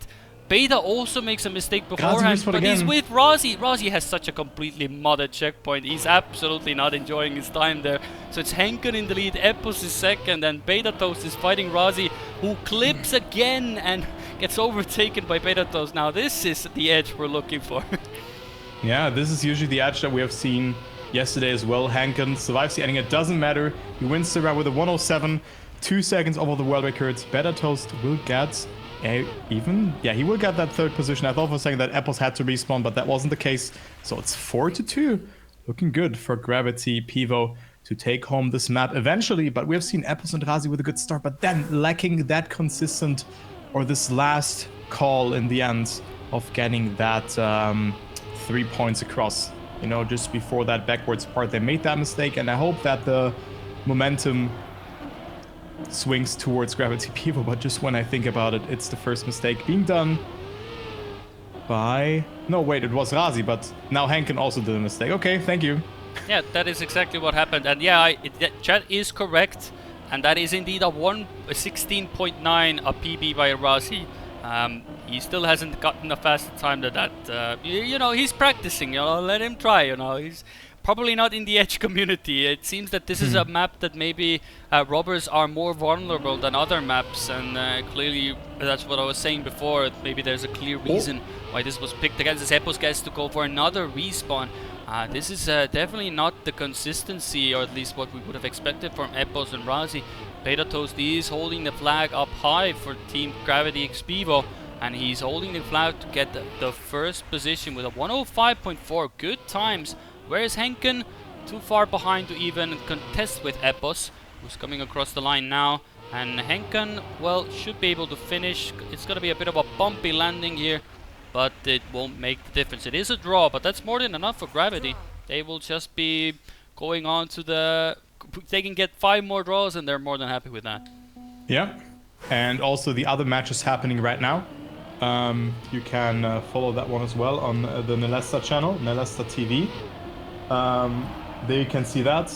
They do cast this match in French, but there you can see the overview and the like the standings and all of that. And Henken again with a mistake and gets the nosedive, and this should be almost always a respawn, but he decides not to. So this is considered a crash if I've ever seen one. So Henken 3 seconds behind Razi and Epos, chasing down Beta Toast, who is just a strong anchor for Gravity and Pivo on this map, looking really strong. Hardly made a mistake on this map, and also 105.37 as a PB is really fast. So very good job here from Beta Toast performing on this map, but also on the previous map, Beta Toast looked very strong. So looking forward to see what he will pull off next year. Maybe he teams up with, I mean, Henken. Don't get me wrong, he's a really skilled and good player, but I think Beta Toast, like seeing that, this is challenger level, I would say.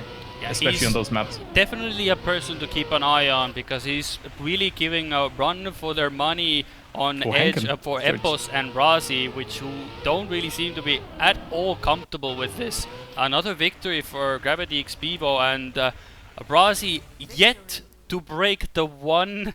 He hasn't gotten a single round under 110 even, as far as... Oh, actually, he had one round with a 106. My bad. But he's really been struggling on this map. But actually, both members haven't had the consistency we expected, as I said before. But Beta Toast holding first position, and Henken, you know, he gets the job done, you know, at the moment. He's the wingman you deserve. Razi definitely not the one that you would want to have a wingman, at least for this round. But he's being there, you know, he just gets the job done. It can be 3 seconds lower, 2 seconds, 1 second. Yep. He just gets across the line and brings the points in, and that is exactly what they need. As Epos again clips the inside, and Henken he can overtake, but he doesn't go for the inside line, which is faster, I've seen, at least in my opinion. But it's an interesting way to do it. But you know, if he's safe with that, you know, it's perfectly fine for him. Dude, Beta Toast, what a performance from him on this map. Really nice, but also, as you said, Henken is there when you need him. Of course, he did that mistake now, but he just goes for the double respawn, still stays out of Razi, doesn't matter, does it calm and collected into the ending and secures that second point, and there you go, 105.21, a very serious time. Henken finishes on third, and it's 9-5. So Gravity and Pivo looking to win a map against Robbers. I'm not sure if they ever lost a map. Let me actually check that. Not to my knowledge, at least. If my memory serves me right, they have won every single match so far 4-0. So this would be the first time they lose a map. Cool.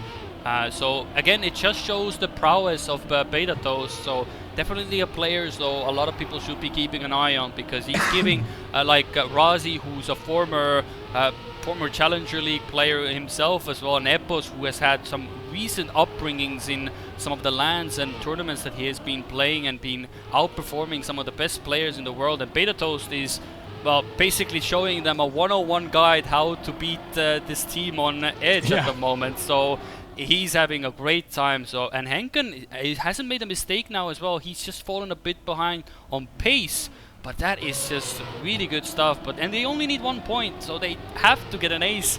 Otherwise, it's a track point for Gravity X Pivo. Yeah.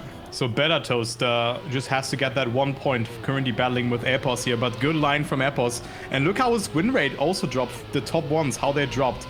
51%, they were up 60%, and this is not a good line. Beta Toast almost gets it there, but we have another good time. That's the answer from Razi, a 105.02, and now it's 8-9. Robbers are taking it here, but Beta Toast also with a small mistake there, eventually not getting it. So it's track point for both teams.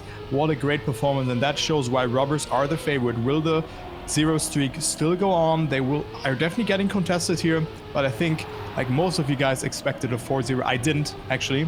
Like, just when I see them performing on Edge.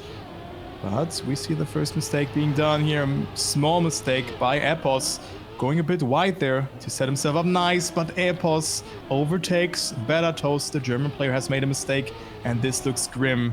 This looks gnarly. Oh, but Epos not with the best speed. There's still a shot for a Beta Toast. Can he make it? Yeah, he has to drive it now clean and hope for a mistake at the moment. Oh no, he touches too much on the inside, and that is very unredeemable. Unless one of them has a completely dead respawn here. This is going to be Robbers, as their namesake is, stealing the round and the track point right in front of Gravity X Pivo. It looks so great, but maybe when you get close, when you have your eyes or your sights on the finish line or that track point, sometimes is where it is the most shakiest. But in this case, it's just not quite enough. But it's still a good performance, everything considered, on this map. It was a lot tougher for Robbers than they probably would have wanted it to be, but this was Gravity X Pivo's answer to GeForce, which could have been, but in this case it wasn't to be.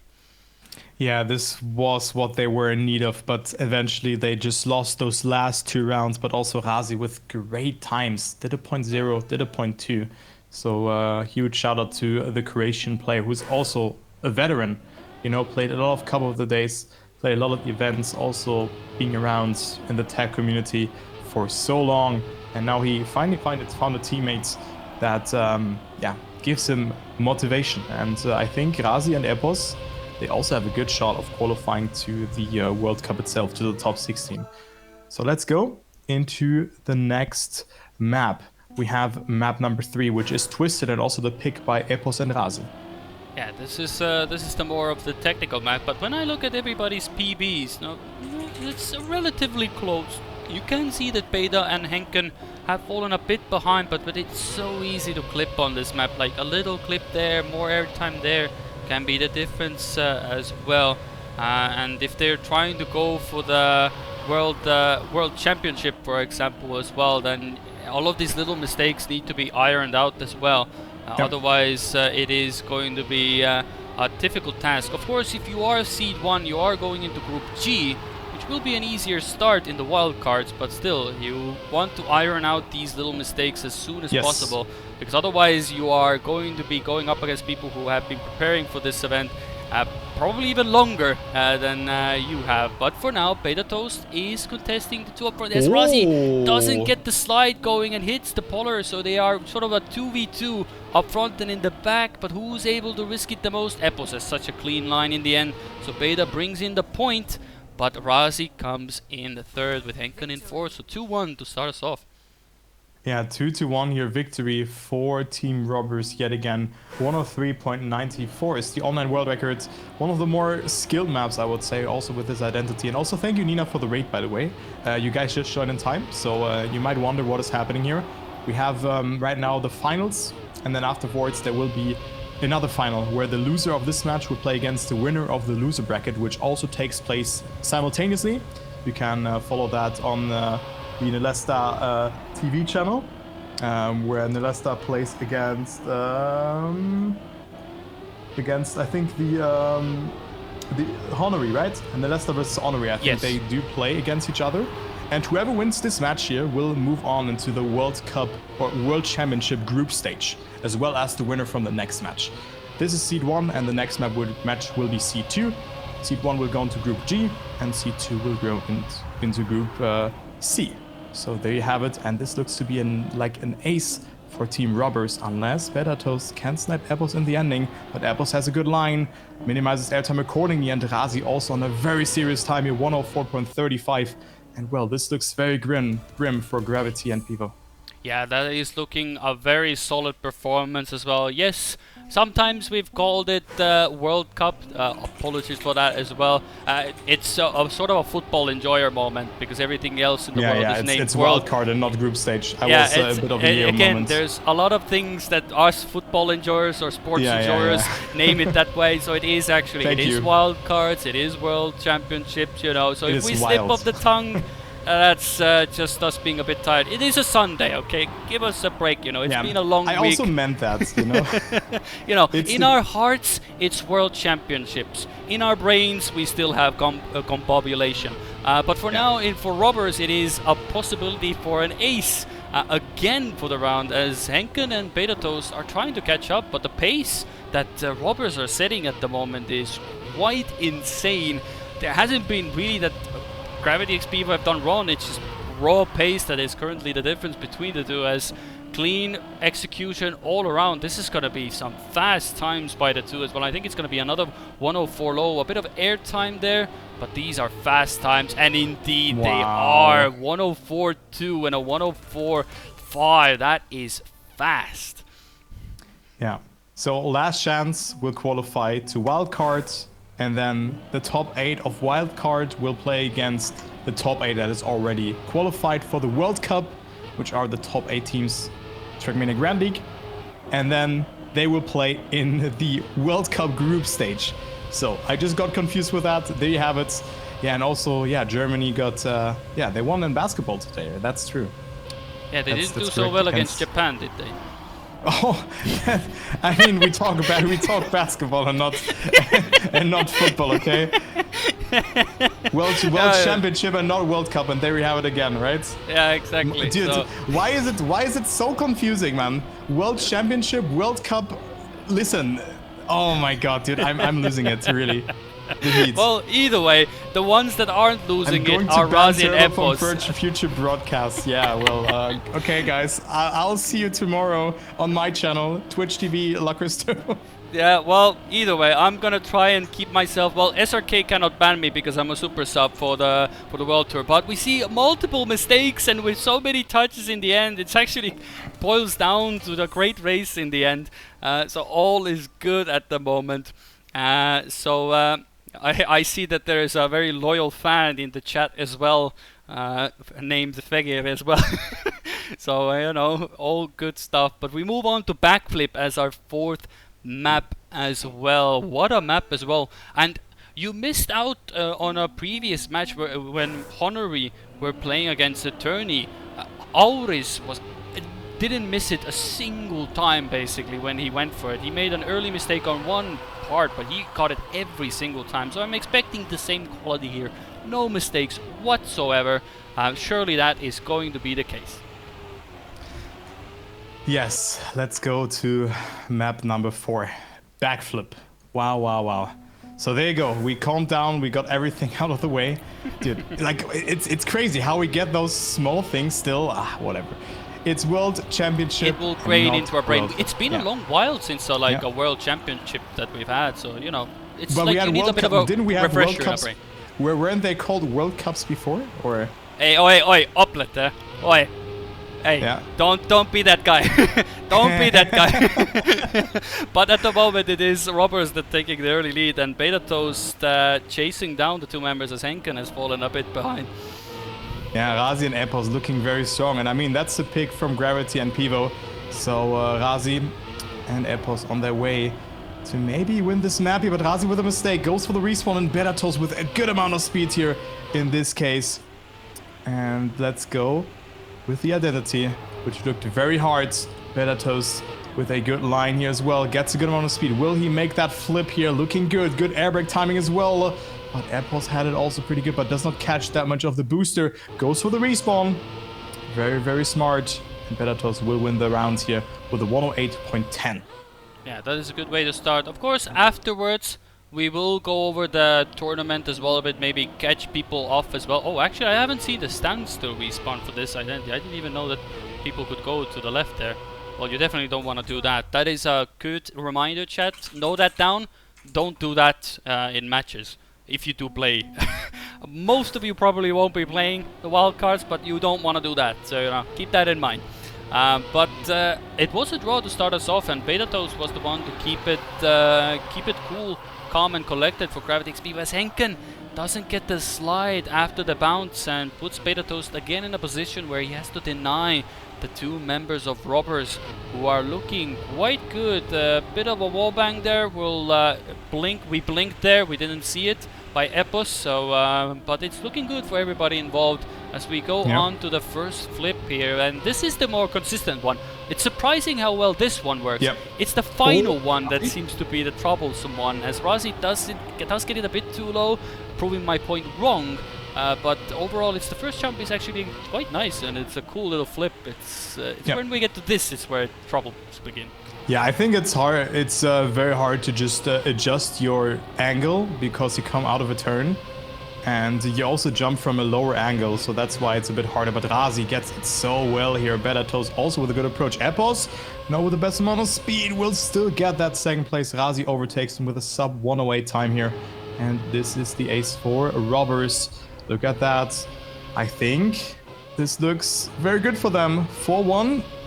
Next round has to be something for Gravity and Pivo to stay somewhat in close proximity.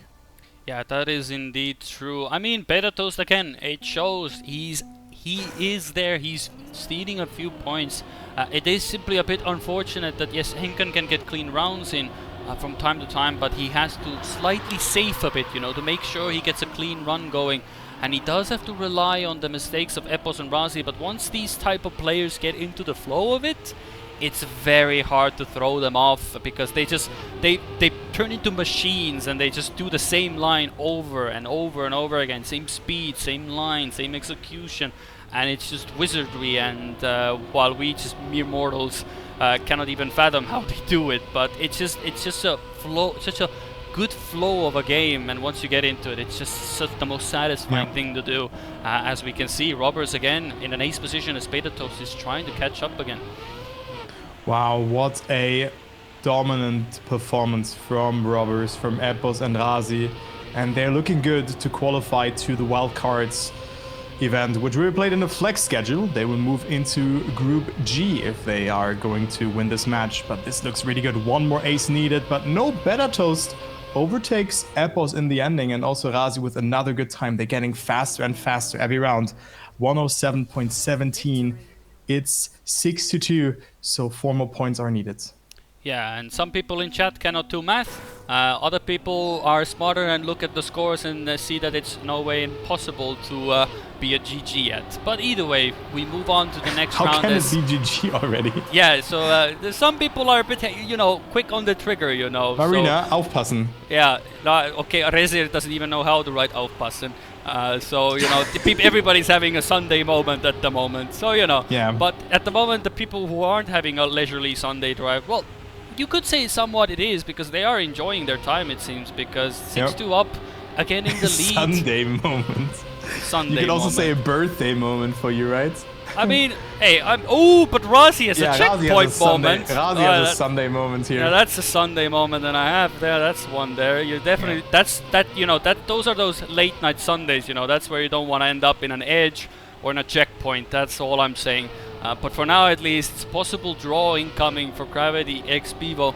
As Epos, if he gets it clean, he will secure 1 point for sure. And he looks to be doing so as well. He won't go for the backflip. Again, we'll allow it.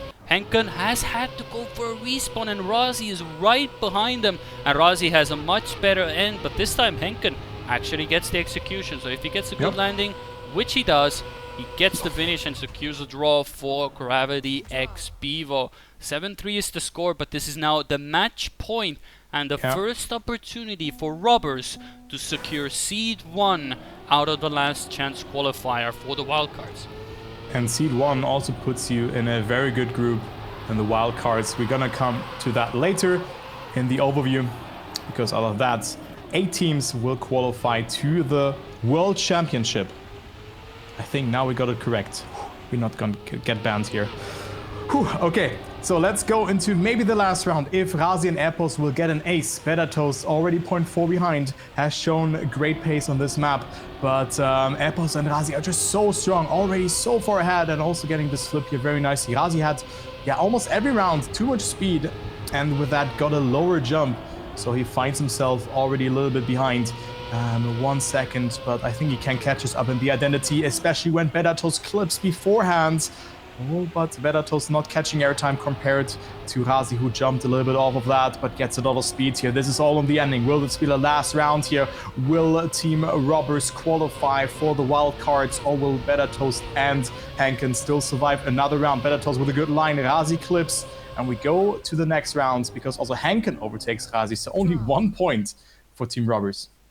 Yes, that is a good one. Henken got a good landing. Razi clipped the ramp on the left there, and it lost him quite a bit of speed there, so it was enough just for Henken to come in. But this is exactly what Henken is supposed to do for the team. You know, he's there. You know, he's that guy. You know, you will have your back when you need him the most.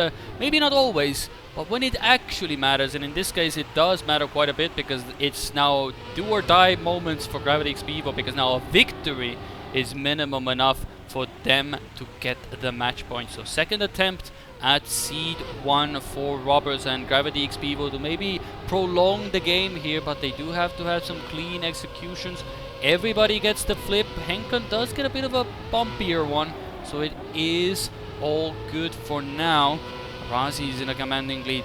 Toast follows, Epos follows. It's down to the identity. So whoever gets it clean now might secure themselves either a match point or some very crucial points. Razi has to respawn. He went too fast. He has to respawn. Henken goes really safe. Epos has to respawn. This could be an ace. But Henken has to respawn again. But this is a good call. He knew he had too little speed, and that is more than enough. Oh, but Razi overtakes in the end. Oh no, this could have been a perfect ace for Gravity X Pivo, but right on the line, Razi overtakes. That is unfortunate, and it is an sin for Robbers, and only 1 point needed. And this 1 point was huge. I mean, an ace is just so overpowered if you get that in this kind of situation. It would have been 8-7. Now it's 9-6 instead, so a discrepancy of 3 instead of 1 point. Let's see, 1 point needed for Robbers to close out this match and take Seed 1 out of this last chance qualifier for the World Cards, and then you can play the World Championship afterwards if you've made it out of that. So let's go and see if it's the last round. Oh, we see the first mistake already. It is Epos not making that here. Razi will this time survive this part, and he only needs to stay ahead of either Better Toast or Henken. Not both are needed, only one person, but he's so far ahead. Make it half a second, but one respawn could result into an ace for Gravity and Pivo for against Robbers. But Razi looking strong. Will he make it? That is the question. Good flip. Oh, maybe a bit of an over rotation. Does not have the best amount of speed, but will still stay ahead. Henken comes a bit closer, but Razi will secure the first seed in this last chance qualifier, and his team will go into the wildcards. That is indeed so. Robbers, a clean sweep of the last chance qualifier. It came close on edge and somewhat even here as well, but they keep their clean streak going. They are seed number 1, and it was such a great win that Epos had to leave the server to grab some tea right away. But it is possible that the other match could be still underway, so we might actually see the conclusion on that, I think or it's if not. it's already over. I think it's already over. Yeah, it was also a quick one. Okay. Yeah. We'll have to wait and see for that one. What was the score? I believe that I 4-0. saw some glimpses that it was 4-0 and Honory wasn't doing so well. So yeah, I mean, yeah, Marina, you have another monitor you can take a look at here. You have the luck here, so you can actually check that. So you know, oi, just So don't be that person. Don't be that one guy or that one person. So there's one more seed up for grabs for the wildcard event. Maybe we can take a look onto the groups at the moment, which are in the wildcards taking place. So you can see that there is still one more seat open in Group C and in Group G. The seed 1, so the winner of this previous match, so in this case Team Robbers will go into that group. They play against Airwalkers, Also Esports, and then DXA Esports. Out of all of those groups, one team will qualify to the World Cup, to the World Championship. Dude, it's incredible. Why do I always say World Cup? Dude, I have to, like, every time when I go to bed, I have to say World Championship and not, dude, it's incredible. I cannot get my head around that. And then the winner from the next match will go into Group C. Yeah, so, that is indeed Sprout, true. Rex, and Antique. At least I spotted my mistake, but guys, I still have to get used to that. Of course, that's the first time that we're gonna cast parts of the World Championship, and we're gonna figure it out. Yeah, well, hopefully it's not my last time here, guys. we'll be there. SRK is having some staring moments at the moment, so we'll be right back with you after this quick little break, where we will see who will be seed number 2 for the wildcard group. So the World Championships is only just beginning, and there's plenty more to come. So don't go too far. We'll be right back.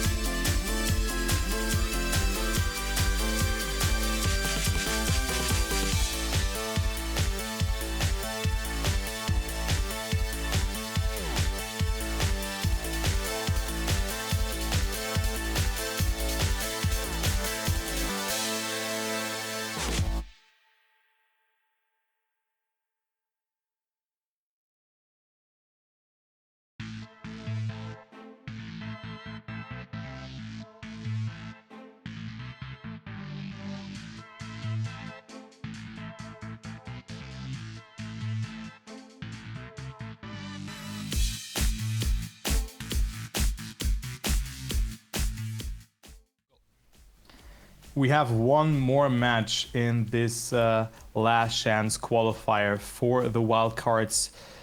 It is a great match that will come into play now. Gravity and Pivo versus Nesta Esports. So Germany and Sweden versus France. And firstly, I want to see the gift that you got from your parents. Yeah, everybody, I talked about it. There's a little cactus in this little bucket. Look at that. Look at tiny. It's a little bucket and a little cactus inside of it. That was also a birthday gift I got. Look at that, how adorable it is. Hopefully, it's a cactus, so it shouldn't die. But the one thing that isn't dying is the game, and it is the pick and bans that is already underway, and this is the final match to decide C2, as Turbo said. So I'm interested to see. I'm expecting a G-Force by Gravity, most likely, but where do they go from there?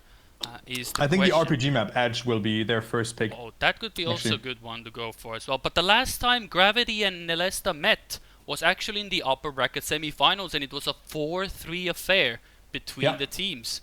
So they meet up again. Last time Gravity was the one that got the upper hand, and it is an Edge pick. Good call there, Turbo. Keeping an eye on it. I thought they might go for G-Force first, but they want to get Edge right G-Force, in there. I think. Yeah, and Tempest is second. Actually, now I remember. Note it down. So I remembered. So this we have Edge, Tempest. We have our notepads open. I'm just gonna do a screenshot at the end. You can do. I do like to have it, so then at least I have it on this. I have specific. My second monitor has OBS, Twitch chat, Discord, filters, notepads, and the timer as well for everything. It all looks very fancy on the other screen, and then there's Trackmania on the other one. You know, I have two monitors. I do wish I had a third, to be honest. Now that I look at it. Yeah, I mean, 3 come really handy for Path of Exile, for example. Oh, Dive as map number 3. That's one of the more wilder picks here. G-Force is being picked by Nesta. Also good to see that. But we're definitely going to see Dive here and also G-Force, so that is very good. But I think this will be another close match. I think this one will definitely outlast Cup of the Day. And let's see what Gravity and Pivo's last pick will be. I do not think that they're going to pick Twisted in this way. Well, it's banned, yeah. Yeah, because, true, it's banned. Backflip, I mean, Backflip looked okay for them, to be honest. There's Valley still as well. Cosmos also is in there. Cosmos as well. Tubes is there as well. There's some spike backflip. It is. They are more comfortable. Henken is good with that. And Betatos can keep up the pace. Good map. And we get Cosmos and Valley as a decider. So what a way to end it. No tubes. So there's no gambling with the tube slowdowns there. That is going to be the case there. But it's a good map pack. And this is the first time we will see Dive. We have not seen it once, and we get to see it in the final match as well. So that is interesting to see as well. And Edge, Tempest Dive, G-Force, Backflip, Cosmos, and Valley is the map border as well. And I'm looking forward to it. If it's going to be another 4-3 affair, I'm all up for it. As long as it's a close match and may the best team win in the end, basically. Yeah, I think Edge, just seeing the performance from Betatos and Henken versus Razi and Epos, it's just their map. So this looked very strong. And then also Tempest, I'm not that sure about this one. I think Henken struggled quite a bit on the ice, if I recall it correctly. Dive, I don't know. G4 is really good map for Gravity and Pivo as well. So I think the map pack kind of favors the German and Swedish duo at the moment. And I think there might also be a good pick here to make it into... So that's my guess. I think it will be a 4-2 for Team Gravity and Pivo, and they will move on to the wildcards. Yeah, that is indeed true. As we see, of course, the warm-up already starts. It is... The map, of course, I'll give you a bit of an overview. Looks amazing as well. We'll do a bit of, let's find a good spot here. Let's do a bit of good camera work here. Now, this is the part, this is where we'll go into the action as we get to see that people go here as well. I would go into follow all, but Edge, I think a lot of people are gonna quickly fall behind, but we'll see. Say hi everybody, cars are coming and they're going. And here we are on Edge as well, an RPG-esque map here at the moment. Very enjoyable as well, but we see Nesta Esports off to a very rapid start. Beta Toast and Hinken are the ones now seeing a bit of red on the screens for the first round. You know, it has been still a few matches that they've had to play. Also, you always have to get into a new match beforehand, but again, immediately Beta Toast is attacking already, and we already know that he goes for the inside line. I don't know if Willux and Nyko went for it, but they aren't going for it. They go, oh, actually, Nyko goes for the inside, so there's but that's the risk. But Beta Toast does clips, Nyko as well. and yeah, oh, but Nyko is also respawned, no? Yeah, everybody's having a bit of a moment. Only Willux and Henken have survived. Yeah, so we see a lot of mistakes. That's usually the edge that we have seen, like also in some of the previous matches rounds. But Willux does survive. Let's see the time here from him. It's a 106.028, so an okay time to start things off. But still, it's the victory from Nesta. So they take home those 2 points. 1 point for Gravity and Pivo, but Betatos with a couple of mistakes, but he had to go for that risk to come back because Willux and Nako had a really good start. So let's go to the second round. Still nothing lost here. Still 1 point. An ace would have been more detrimental, but in this case, nothing has happened so far. So let's see how will round 2 develop here. And keep in mind, we play up until four maps are won for one of the respective teams, so we can have a maximum of 7 maps on this match. Willux with the first respawn, also Betatos with a mistake, so Nako versus Henken, but Henken also going super wide, so the gaps are already quite big here. Look at that, 1 second between first and third. Betatos coming closer to his teammate, but Nako off to a very good start. Maybe he can survive it here. Oh, but both Gravity and Gravity X Pivo members clipping, and also Willux coming closer towards Betatos. Yeah, it does give Willux some time to recuperate, as Henken and Willux both missed the first jump, so they have to respawn. So it's again a bit of a race. Well, oh, I almost lost Nyko there for a moment. He was so far ahead that he actually was lost on the screen for a moment. But it is Nyko, this time Beta Toast is the one chasing him down, and looking rather good, everything considered. That's a bit of a wobbly landing in the end, but he gets there as well. And Henken is coming in third, as Willux has had to respawn yet again. So it is a draw, but it keeps things close and tense at the moment. Nothing really to separate the two. It has been a bit of a wobbly start for everybody involved. Only Nyko, I guess, has been the one to... I guess everybody actually has had a bit of a wobbly round to start off. So, you know, everybody's, you know, first rounds, that's how you get a bit of the tension, because it has a lot of stakes in it. You either are in the wild cards, or you're the one watching the wildcards. Yeah, exactly. I mean, the group will be not easy, but still you gain a lot of experience in that to maybe make it out of that. I think also like playing those maps already in this last chance qualifier and also going to the lower bracket and maybe then experience some pressure. You already are experienced on those maps, even if you play against better teams. Sprout will be in your group, if I recall it correctly, in the wildcards.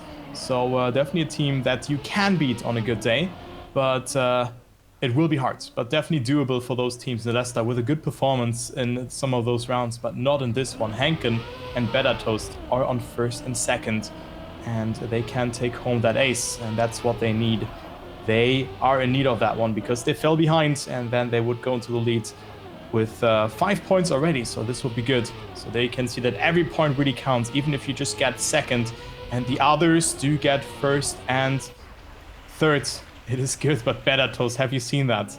Yeah, I glanced it. Man was doing a bit of a Tony Hawk. He landed on the ledge there and just sort of just casually just dropped on the booster again to get to the finish. So a bit of an unorthodox way to do it. He did have the time, so you know, getting a bit flashy with the end. Doesn't need to do it, but you know, we'll allow it. It looks good on cameras, you know, gets those highlights in.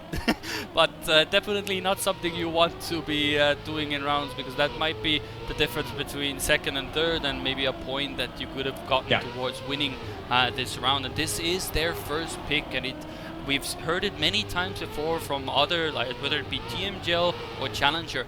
Your first map is such a crucial one to get, because otherwise you do have to rely on maps that maybe you aren't more as comfortable as the first pick you had. So it is crucial to get this going for Gravity X Pivo, and well, for Nesta, if they can yoink this, then that would be perfect, as then it would be their pick next.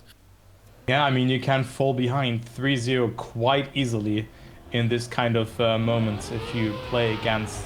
Or if you just lose your map. I mean, Nesta maybe knew that they're gonna play this map against them, and look at that. I mean, Willux off to a great fight here, but clips there a little bit. Betatos with better speed. Will he be able to control it? Willux clips, has to respawn, and this is another huge opportunity for Gravity and Pivo to extend their lead. Betatos will get first. Nako with a mistake, and that's what you were talking about. This time it's not getting punished again, because Henken did another mistake and had to respawn again. That is a bittersweet feeling for the Swedish play, because this could have been an ace for Gravity and Pivo. Yeah, that's these are the opportunities you do have to take because they do not come often. Usually, with everything in mind, at least in Trackmania, it usually comes to haunt you very soon and very honest. Henken has to really struggle at the start. That is... Oh, I didn't actually know that there's a road on the right. I swear to God, I didn't know that you can actually go around there. That's an eye-opening experience. But Betatos has had to respawn, so this is now a prime opportunity. This is what I just said. When you drop the bucket, somebody's there to pick it up, and Nesta are the ones that are very eager to take this ace if they can take it now, and that would put them in the lead. But they do have to still drive clean, and Betatos is not that far behind, so one little hiccup could be the difference between an ace and maybe a victory or so. Especially the next jump that comes into play. This very tricky quarter pipe jump to another quarter pipe. This is very hard to get, especially if you lose the gear before or if you clip. And it is Betatos himself making that mistake. So Nako and Willux, they can save it, and they will do so. They go into the lead, and that's the moment that could happen. Nesta leads the race right now. It's 7-6. Gravity and Pivo had the chance to take that ace, but it was a draw instead. So the scoreline could have been way different. But it's still not over. But the momentum definitely swings towards the French team. The French duo, Nako and Willux. Willux also played in the Magi Monday. I mean, comes to a surprise for most of the people that he took home third position and $2,100. I mean, very good performance. He played against the best out of the best, and shows good results in those events. So also here, he could make it to the wild card together with his teammate Niko. Yeah, but in this round, definitely maybe having a bit of a reminiscence of how he became third in Magi Monday here, because he has had to respawn and he is currently last now. But Betatos is the one now putting up the fight up in front, and they have to, because, well, it probably puts them in a safe position that, okay, Henken now was stuck in there, so he has to respawn again. So it is actually up to Betatos to hold his lead, but with his lines, he gets such a good lead because Niko doesn't go for that inside line, and Willux has had to respawn.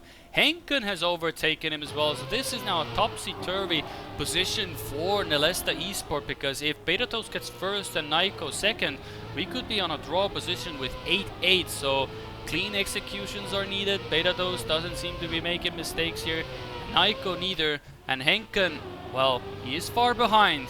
But it only matters that he's ahead of Willux, and Willux is stuck in a respawn loop at the moment, so that is good for Gravity X Pivo, and they will put the teams equal on points, 8-8, and a victory or an ace for either team could be the track point. So it's already the little overtime here, because every victory or ace, as you said, will result into a team winning this map. So let's see. Will Gravity and Pivo win their map pick, or will it be Nesta? Maybe surprisingly in that way, because usually it's unconventional that a team wins the other team's map pick, but Betatos here with the respawn. So already both members behind, Henken and Betatos, 4 seconds behind, and I think that's it. And this again is the same than in the previous match. They were dominating, they had the better pace. Also now, look at that. Nako did a mistake, but Henken and Betatos, they cannot capitalize from that. Nako lost 1 second with that, but it doesn't matter. Also hit there, it does not matter. It was maybe a bit lucky, but still, he survived it. Henken and Betatos just have to rely on a mistake from either of those players. But I think that's it, and this looks then already grim for Gravity and Pivo. Yeah, it's something that we saw, like you said, against Robbers as well. It's just a... Oh, but Niko has had to respawn. And both Betatos and Henken have overtaken him. Do not... Like I said before, don't count your X. But what is Henken doing? He misses! Oh, no! No! That is not what you want. That is a horrible way to lose a track point. He was there.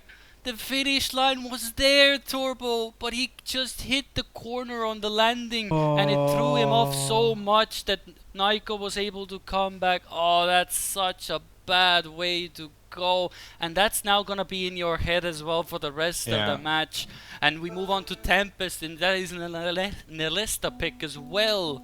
Oh, that's rough. Yeah, Oh, that's a feels hard bad, hit. to be honest. So, was your POV also on Neko in this moment, actually?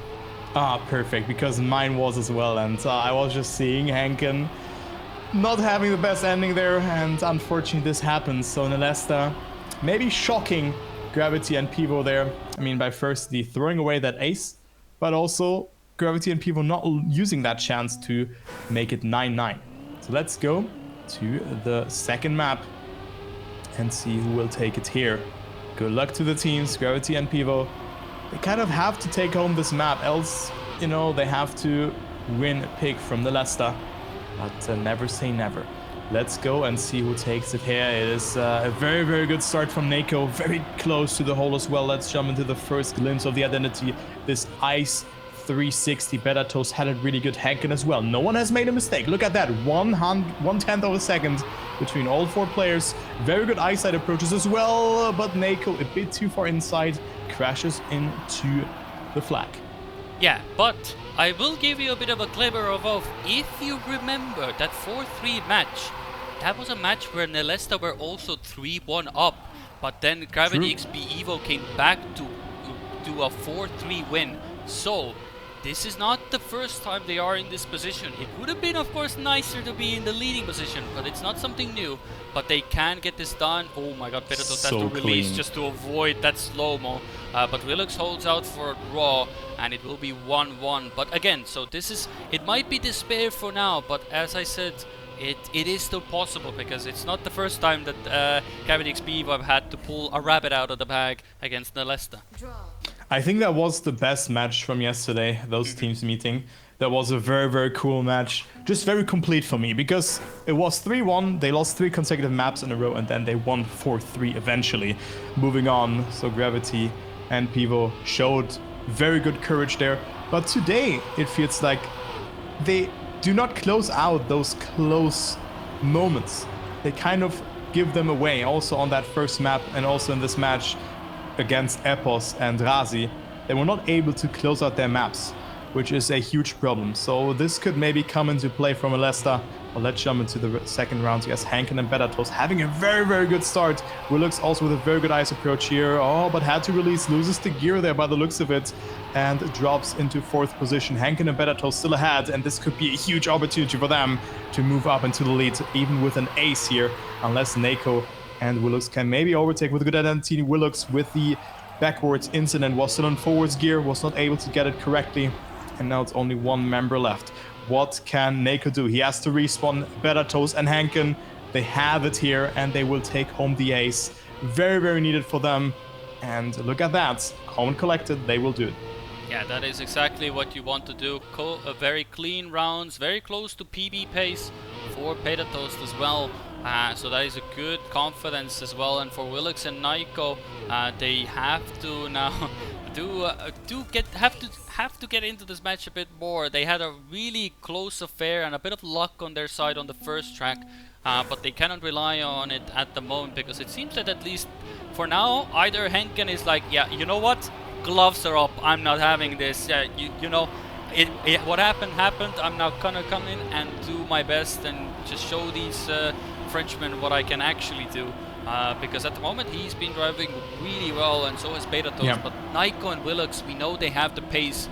They've just had a myriad of incidences, let's just put it like that at the moment, that have given Gravity XP Evo the necessary points that they've needed. But for now, again, everybody's keeping in touching distance, nothing major, 10th or 2 there. Betatos doesn't get the best line, but at least it is better than Willux's, who I think even clips there. Yeah. And that is, he's still able to get it, but it's going to be very slow though. Yeah, but still he survives. He can still play a role of Betatos or Hankin hit the slow-mo or maybe jump too far twice or something like that. Oh, but Better Toast and Hankin looking so clean, just transferring so much speed with every jump that they take.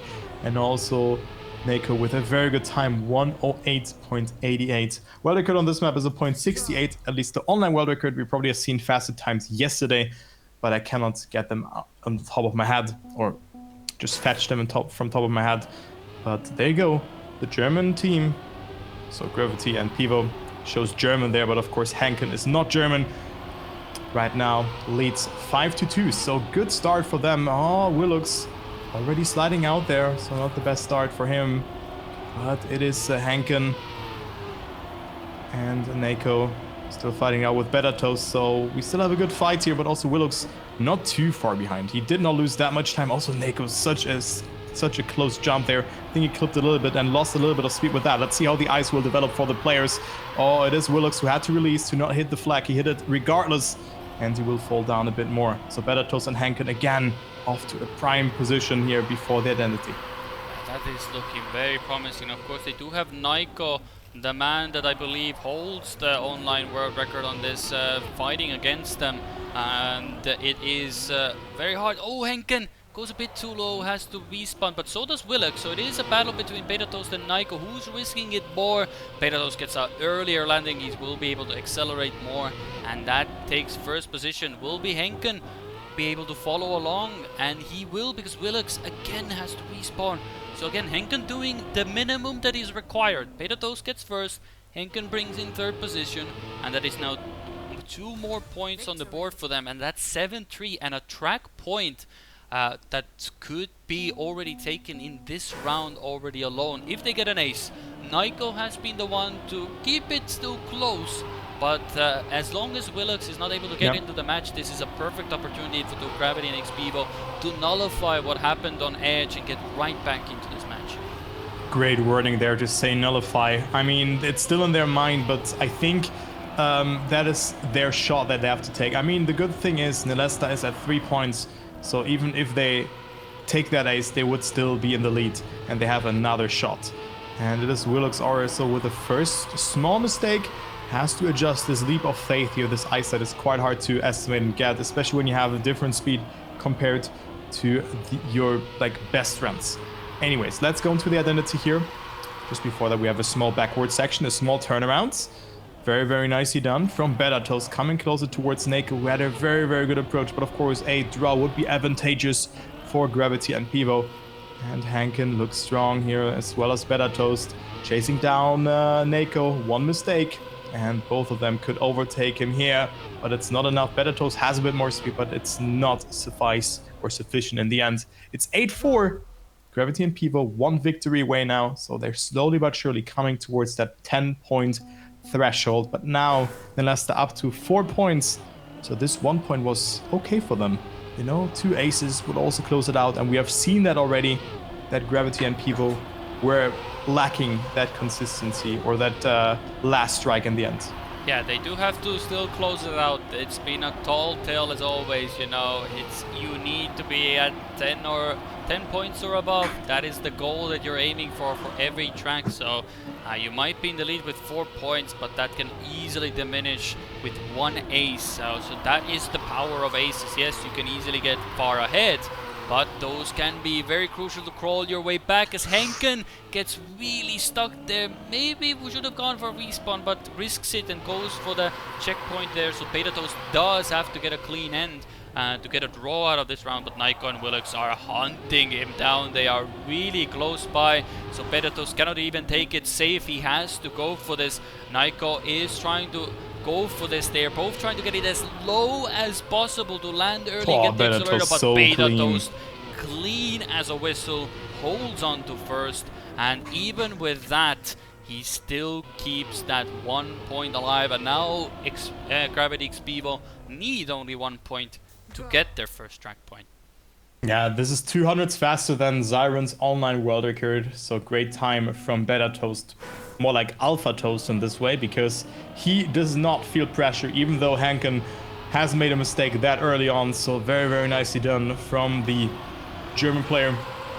Also, people might know him from the virtual video where he was the winning marble to set the world record. Maybe you remember that marble video. It was like a very, very old video, the first non-Trackmania related video on Virtual's main channel. Maybe you guys know that, but Better Toast 2, he was the victorious marble, and he definitely put on a great performance in this race here as well. Not as a marble, he was in full control, so good to see that. As we go to the next one, Nesta still took home 1 point due to that was a draw. But now Hankin is there. Willux with a mistake, and I think that's all she wrote. Willux is so far behind. Look at that, 6.5 seconds, and Hankin and Better Toast, only one of them has to survive to take home this map. Yeah, there is not much they have to do. Of course, it's very hard to know if some of the players play with HUD on, HUD off. It is a preference that people can have. For example, I play with HUD on because I like to keep an eye on all the information and it's less buttons to press. Beta Toast does have to go for a respawn, but Henken does the job. It's all that is required. Second position is minimum what is needed. And even Beta Toast comes in third. Willux is too far behind to make a difference, and it is 1-1.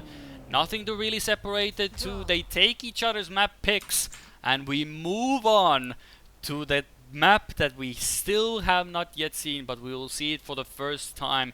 It is Dive, aka keyboard's worst nightmare. As I've seen said many times before, this is not an easy map. It is very easy if you can smooth steer, but it is very difficult to perform on with a keyboard because you are on the water and too much of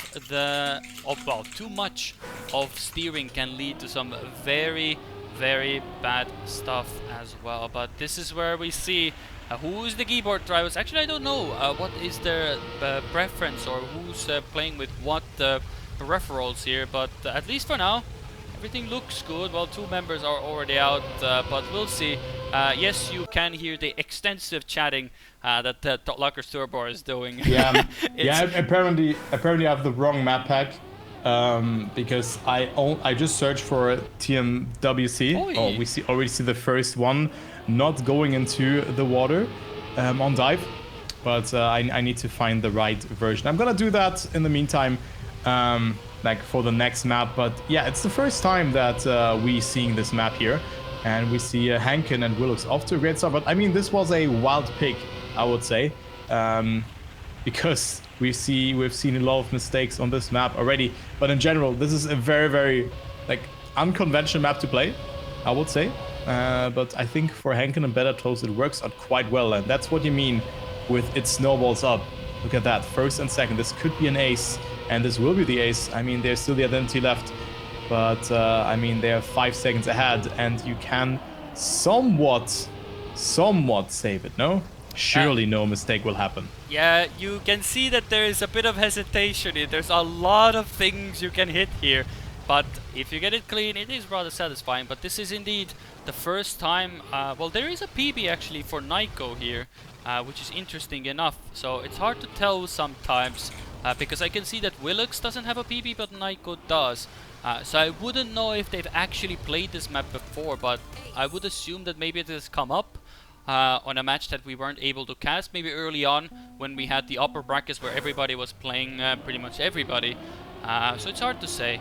But it is basically an interesting map to say. It stands out for being extremely simplistic, but how easily things can go wrong here. It's incredible. One wrong input, as you can see, Beta Toast hugs the wall, Nyko hugs the corner, and it is actually Henken, Willux, and Beta Toast who are in the lead. Even with Beta Toast touching the wall, he's still in first position. So it is a map where, yes, it is very easy to take it clean, but too much steering, and it's in the wall, in any other wall corner, it's just very fast, and it just doesn't give you really much time to think, to be honest. I think this is a really good map for Gravity and Pivo here. As you can see, Willux really the only one chasing down Better Toast here, and well, I think this is the pick that shocked Nesta, and I mean, imagine they would have won map number 1 as well. Willux with a crash there and floats up, and this is another ace for Better Toast and Hankin. 102.02 from Better Toast here. Good time as well. I mean, he also crashed at the start. So 6-0 now. 4 points left, and then they would go into the lead. Yeah, it's been actually it's the first time we see it on stream, and it's been a very good pick for Gravity X Bevo. Of course, as soon as I say that, Henken goes for a bit of a flight, but I feel like on this map at the moment, that is the least of the minor mistakes you could make. As you can see, Willux and Nico already are falling a bit behind. Bedatos is just... it flies off, you could barely see him. That name is constantly popping in and out of existence. Nico has had to respawn, and Willux has overtaken Henken. But Beta Toast is just enjoying his time. Very good performance. Second ahead. But Willux is nice. Closing the gap at the moment. You can see it's now 0.6. So Beta Toast has released a bit some SDs. Henken in the speed slide community. Good to see. Willux not so much, because they are now 1v1ing for that second position. And Gravity X Bevo could be going for 3 aces. But can they do it? Let's see here. One to the left, to the right. And everybody's in the walls. Willux with a mistake. And Henken is the one to overtake, and it is 3 aces for Gravity X Bevo. Very good middle section there from Henken as well. I followed him in this round, and this looked very clean. So it's 9-0 here. What a great performance from Gravity and Bevo on this map. Only one more point needed, and Bedatos definitely carrying his teammate, but also Henken with a very good performance here as well, just being able to stay in close proximity towards his teammates. Now we see his first small mistake here from Henken hitting that section there, and we see a double mistake from, I think it was Bedatos and Nako. Yes, both went into the wall, sliding out, but most importantly, Nako is on 4th position, and also Willux with a respawn, and I think that's it. This map is over after just 4 rounds. Nako and Willux do not feel it here at all, and they will get aced again. Yeah, it seems that a lot of people have not really maybe put that much emphasis on dive, so it feels like a very good pick to have out of your pocket. It reminds me of alternate attacks when they were playing speed.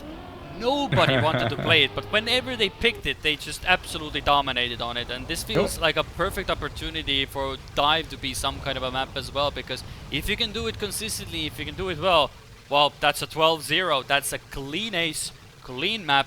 A few mistakes in and there, but it is a clean way to take this track point. Yeah, 2-1 here. Gravity and Bevo right now looking strong to qualify to the wild card.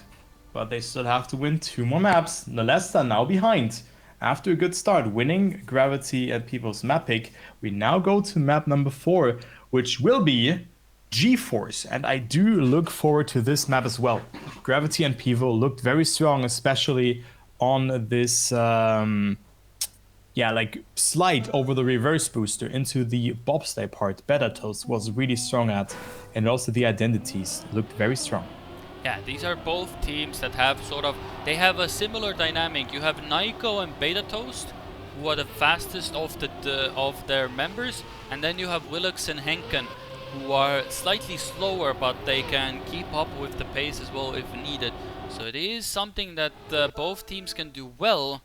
But we can see we know how easily things can go from a bright sunshiny day to an absolute full despair rain moment. Well, in this case at least full despair slides as well, if you could say like that, pure mud to be even more precise. But for now, everybody at least gets through the first section, no little clips then and there. Bobsleigh, you can get some good exit speed as well, but this is the first of the slides. A bit of a break tap. You see a bit of the lights go off. You can see them break tapping. Henken doesn't get the best of it, but still gets around the corner. But you can see how much of a difference it makes. Like, it was only a few taps of a difference, but Willux and Nico are already in the lead, and they go for the slide, but both of them do. And everybody gets it, but Beta Toast usually gets a nice clean inside, and that's exactly what happens here. Overtakes both members, and even Henken contesting Willux at the back. And Nico! That's not what you're looking for that transition. And keep in mind, that was the pick from Nesta. Beta Toast with such a good exit there out of this bobsleigh section. And Willux now has to survive to deny the ace. Not the best speed here out of the bobsleigh. Also didn't get the best landing on that first part of the identity. Henken and Beta Toast could take home the 5th consecutive ace in a row. And they will do so. Look at that, 113.72. We have seen a 112 yesterday multiple times. Also by someone like Nako, who drove a .98 but the world record is a 0.96 by Epos, who has already qualified to the wildcard together with his teammate Razi. So very good start for Gravity and Pivo, showing and asserting dominance on this map. I think the momentum is really going into their way, but Willux and Nako do not show any type of remorse on after this round and finding themselves on first and second. Good break tap there from Henken, this time getting it around, but Bedatos didn't get the best start. Yeah, it is, yeah, but the 5 consecutive aces has been a tremendous boost of motivation. But we see I've seen it many times before. Nesta usually at this point are in lead, but then after the slide is where things can go wrong. But everybody this time makes it. Henken does gives us the best point of view, as everybody's going towards the identity here. Beta Toast and Henken do the exact same mistake. So it is now a perfect opportunity for the two Frenchmen. Oh, but that is a very bad entry for Naiko. I don't know, Beta Toast could actually catch up here. He will have a lot more speed, but I feel, and Naiko has to respawn as well. So that goes from bad to worse. Willux does get first position, so that is a point secured. But Henken also comes in, and Naiko, with that really awkward exit from that first identity section, has to respawn. He took a long time to think about it, but then he finally respawned. Maybe he had to do it a bit early, but you know, it's hard to judge at the time. And maybe he thought he would have just enough speed to make the jump, but you know, he just found out at the last moment. Yeah, but this was the chance for Nesta to equalize the score, but it is still 4-1, or like a 3-point disparity between the teams. And now Bedatos with a mistake goes a bit too early or outside of that dirt zoot section, or dirt ice slide, one could say, because your tires are still affected by the icy surface. But let's see what Henken can do. He's not too far behind Henken and Willux also clips there, so he loses a lot of speed, will not get as much speed as Henken and Nako out of that second dirt slide. So let's see what the players can do in the ending. 1 point would already be very good for Gravity and Pivo, but Willux is still in close proximity towards his opponents, and Nako is far gone. He has good speed here as well. Maybe not the best amount of speed accumulated for him, but he will still make it eventually, and Henken on that second place. So positions are set in stone. We have 2 points for Nesta and 1 point for Gravity and Pivo. Yeah, so it's a small way to crawl back. The 3-point gap is now a 2-point affair, with 5-3 on the board, and looking all good. There's been just minor moments of lapse of judgment, you can say that, yes, because the trick itself on surface is very simple. Just tap the brake at the right time. But it's so fine margins. It sounds so hard, you're yeah. off by a few milliseconds, too much angle on the turn, immediate slide out, immediately too tight on the turn, and you can see Willux exactly goes a bit too tight, brake taps a bit too much, and loses out on the speed. And it does put Gravity x Pivo in a better position to take more points, but as we said before, Naiko has a really good time here, and he's been constantly up in front. It's sort of the last part that hasn't been a good execution, as Bedatos again gets such a nice exit out of that slide and always gets more speed, and Naiko's entry there is so bad that he loses every gear imaginable and puts Gravity x Pivo in an ace position. Yeah, looking very good for them here. Willux and Nako really lacking that consistency there, but look at that. Henken not with the best entry into the first part of the identity, but still will get a lot of speed due to a smooth landing. So that's the sacrifice that you make. You lose speed temporarily, but it's so close between them, and Willux will overtake there 17 thousandths of a second. Victory regardless, 7-4. It could have been 8-3. Still good for Gravity and Pivo to come closer of winning that third map to their name. Map 4 here, it's the scoreline right now is 2-1. It could be 3-1 for Gravity and Pivo, and then Nesta have to pull the Gravity from the previous match that we have seen both teams fighting out. It was a 4-3 in favor for Gravity and Pivo. Yeah, that's been a good time for Gravity x Pivo. I would say they've had a lot more success here. It's been that the slowdown there or a clip there by Nyko or Willux has given the margin of error that Beta Toast and Henken have more than happy been and taken advantage of as well. But you know, it's not over, and again, one ace could be the difference between 10-4 or 7-7. So it is definitely still not in a position where you can be comfortable. Willux does clip the transition, so Henken comes close, but it's more of a fight up in front. Beta Toast and Nyko coming in very close, but that is an absolutely dreadful way to come down there. And Willux, such a long respawn. Yeah, it's such a long respawn as well. There's no checkpoints here, and that does give 2 points to Gravity Expivo, but 1 point for Nesta. But that means Nesta, the only way they can now survive is clean aces, and well, it's looked at the start that they can easily do it, but then towards the end is where it falls apart a bit. Especially in round 2, where it was 3-0 just before they crossed the finish line. They were in an ace position, and they threw it away with a mistake, so it was only a 1-1. And for that, Gravity and Pivo just gradually build up points, and now they're up to 9 points, getting 2 victories in a row. So that looked very, very good for them, or that looks very good for them right now to make it into the wild cards. Yeah, only the winner will go through. The loser has to say bye-bye. We find ourselves in the lower bracket here. And look at that dirt zoom from Henken as well. Very, very nicely executed from him.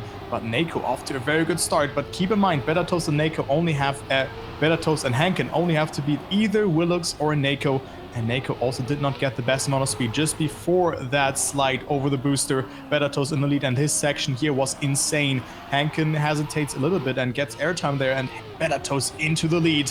And I think this could be map 3, done and dusted, this time in favor for Gravity and Pivo. Again, we've seen a 3-1 situation already in this match, and there it was the team that was behind, winning 3 consecutive maps in a row. Nesta has to make it happen. Last time it happened against them. Now they have to make it. Yeah, so it's also the ace here. Good. But it's very hard to say. Well, I mean, Beta Toast finishes, and that is more than enough for them. I mean, they even get a victory to get an 11-6 on the board. And how the tables have turned, because last time it was Nesta Esports in their first encounter that they were 3-1 up. Now it's Gravity Expivo. Now, let's not hope that history repeats itself in the other way around, that Nesta now comes 3 maps back at it, and it is Backflip, which is a bit of a coin toss of a map to potentially go for match point. But also an interesting fact as well, we had the top 8, some of the top 8 top players predicted the players to go through as C2 or 1. Nobody ever mentioned Gravity Expivo. Not a single mention of their team, and they are now going up against a team that were the most likeliest to go through as C2. So it is a very good performance regardless of how it will end, but this is the perfect opportunity to do a bit of an upset, I would say, all things considered, but we'll only see after all the flips have been done who will get the best end of the coin flip. There's only one way to find out, and that is to play this map, which has produced some interesting rounds, to say the least. Yeah, coin flip on backflip. I like that game here. So the winner qualifies to the wildcard event in Group C. And out of Group C, 1 team will go to the World Championship. So there's 8 groups that will be played in a flex schedule. We will find more info on Twitter, on Trackmania or TM Esports very soon about that. But there you go. So let's see who has a shot of maybe qualifying to the World Championship. And right now, Beta Toast has a very good start. Willux also not too far behind, does not catch airtime. Nako on 3rd position, Henken 0.6 behind. Very good overview here. Nako not with the best speed into the identity. Oh, and it looks like it will be all of the players getting a good flip. Nako over jumping a lot, does not have a lot of speed, and I think this will be the victory for Gravity and Pivo, unless it is Henken missing the ending, and yes, he will. This point could be detrimental in the end. But it's a draw. Beta Toast with a 108.07. Yeah, it is something that will be... Well, it can happen, because if you get a wonky landing, those ramps have been known to be a bit buggy at some moment. So if you do land on an unfortunate part there, it can literally just, you are looking forwards and all of a sudden the car is going left and you are just seeing everything go into shambles. But the one thing that isn't in shambles is the way that Gravity X Pivo have started, but Naiko is absolutely in the mud. He's still stuck at that first slide, so Willux has to now bring in the big guns to get that first position to hold out for a draw, because currently Henken and Beta Toast have really woken up, and I will say Henken, if anything, he's been a lot more faster and a lot more closer to Beta Toast than it was like in the first match that we saw. So it's good to see that he's also able to capitalize and be a part of the team effort. It is a 2v2. This is not a 1v1 or free-for-all. This is still a two-member race.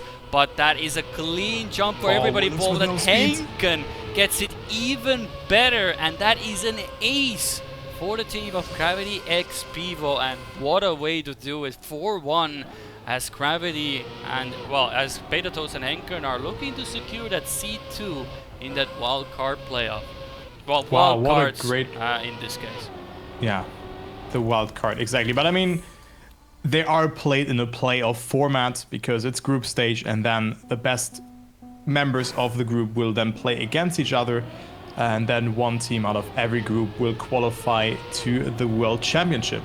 So it can be confusing, but it all, I swear, it all makes sense in our head. It's just the wording that sometimes is getting a bit out of hand. But I think it gets better now. Also, the more we cast the World Championship in total, like with this last chance qualify, which is part of the World Championship to qualify to. Yeah, before that there's of course the wild cards. It will be easier to nail that wording. But what is right now not easy for Nesta is to make a comeback from a almost 7-1 scoreline. Naiko also almost on his back there. Willux with also being so far behind. Beta Toast and Henken off to a very good shot here of making it to the wild cards. Only one more ace needed if they do survive the identity. This looks really, really promising for the German-Swedish duo. Yeah, it's looking really good, and you can only imagine. I don't even know like if they even expected to get this far. I mean, of course you can see that the preparation that Beta Toast has done. Oh, Henken goes for a respawn just to be sure that he has enough speed. Willux is still not close enough to capitalize even on that. So, you know, safety, he had the time. Good decision maybe to do so as well. And it is interesting as well. It is 7-1. Interestingly enough, 7 on the side where the Germany is, but it is interesting to see that Beta Toast and Henken are only one ace away from securing C2 from the team that was the most likeliest to get that position in the first place. But, well, I say that now, Beta Toast has completely respawned at the start, so this could be a perfect opportunity maybe for Nesta to start bringing in the comeback, because they really need to. But they actually have to beat Henken here, and all things considered, Henken has been quite consistent towards the end, and we'll have to wait and see if that comes into fruition, because Willux and Naiko have not enjoyed a very good time here, as well as Naiko goes for a very unorthodox way of doing that. And yes, I love it. I know every time chat is already there, it's like XDD chatting, all of it is all in the chat. Let's see, will Willux be able to secure this as well? And Beta Toast has done some respawns. Henken, that's not how you want to do it. Naiko, still okay, I think. Still okay, but Henken goes for a respawn. Again, wise choice, because Naiko also has to go for one. So Henken does secure 1 point, which is good, but Nesta get 2 extra points on the board. But this is only delaying the inevitable, because victory is not enough. You need an ace at this point. Yeah, they need an ace. They need 2 aces in a row, preferably, to tie up the score or even go to the lead. Yeah, they can still drop one player. But let us see what will happen here. How will this go? It's 8-3. Nesta kind of needs a miracle. I mean, they need to win 3 consecutive maps in a row, as well as winning this map here, which already, after being 5 points behind, will be quite hard. Alright, so let's see what they can do. I mean, Nako doing his deed at the moment. He is in the lead. Willux with a mistake, but Better Toast 11 seconds behind. He's still at the start. So Hanken will just take that 1 point and it will be 9-5 afterwards. And then we have the match point afterwards. I mean, it's already match point, but it's impossible for Hanken to make it happen, and also goes for the respawn. Uh-oh, what is going on here? Hanken had to respawn because he would have not cleared that speed check. So quick and good reaction there from the Swedish player. But Nako and Willux can take home those 3 points to their name. And I mean, Better Toast, he needs him, yeah, in order to make it happen here. And also Hanken with a clip. So I think, yeah, this will be the ace. There you go. That's the ace for Nesta. Yeah, that's not what you want to see, you know. Sometimes when you are if you get too close to the sun, you do burn those feathers, and now Beta Toast and Enken are so close to qualifying. But sometimes, as I've said this many times before, sometimes when you need the final points, those are the most difficult ones to get, no matter how hard the match has been. Closing out any match is so difficult to do because it just puts you under the pressure, because you have to perform. You cannot really afford mistakes, and with the likes of Willux and Niko, but Niko's had to do a full respawn. So now it's all on Willux's shoulder. If he makes a mistake now, it's all over, and he cannot allow for any of the members to take even first position, because if Henken stays third and Beta Toast is first, that's 2-1, and that's 2 points that Gravity X Apivo need for the win here. So all eyes on the Frenchman. Can he hold the line here? He can only hold it for a draw, which would mean a 9-7 score. But that is, you know, that's the best they're gonna do. So can the German do it, or will it be the Frenchman to deny him? Only one way to find out. The final possible jump here. Both get it. Beta Toast goes a bit too wide, has to release. Willux has more speed, so Willux is doing his end of the deal, and he jumps. will get it. Oh my god, that's very far to the right, but he gets it. But as I said, 9-7. Now the only way Nesta can do this is with an ace. Oh boy. Ooh, that is gonna be a rough one, but it's the best time to get an ace, I guess. Well, good luck to everybody involved, I guess. That's all I'm gonna say. Yeah, it's the last round of this map.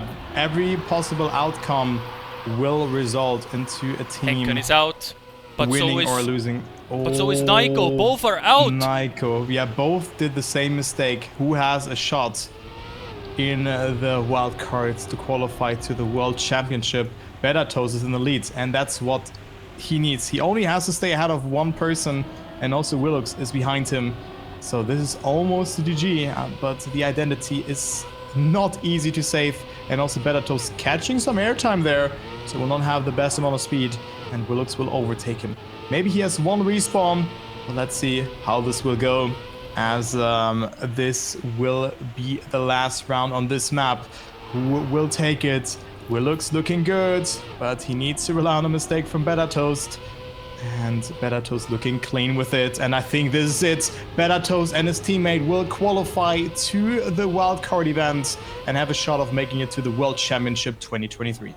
What a way to do it. They finally close out a round that matters the most. And out of all of the odds, it is Beta Toast and Henken, the German and the Swede, to qualify as seed number 2, and Nesta Esport with Willux and Niko will miss out on the wild cards.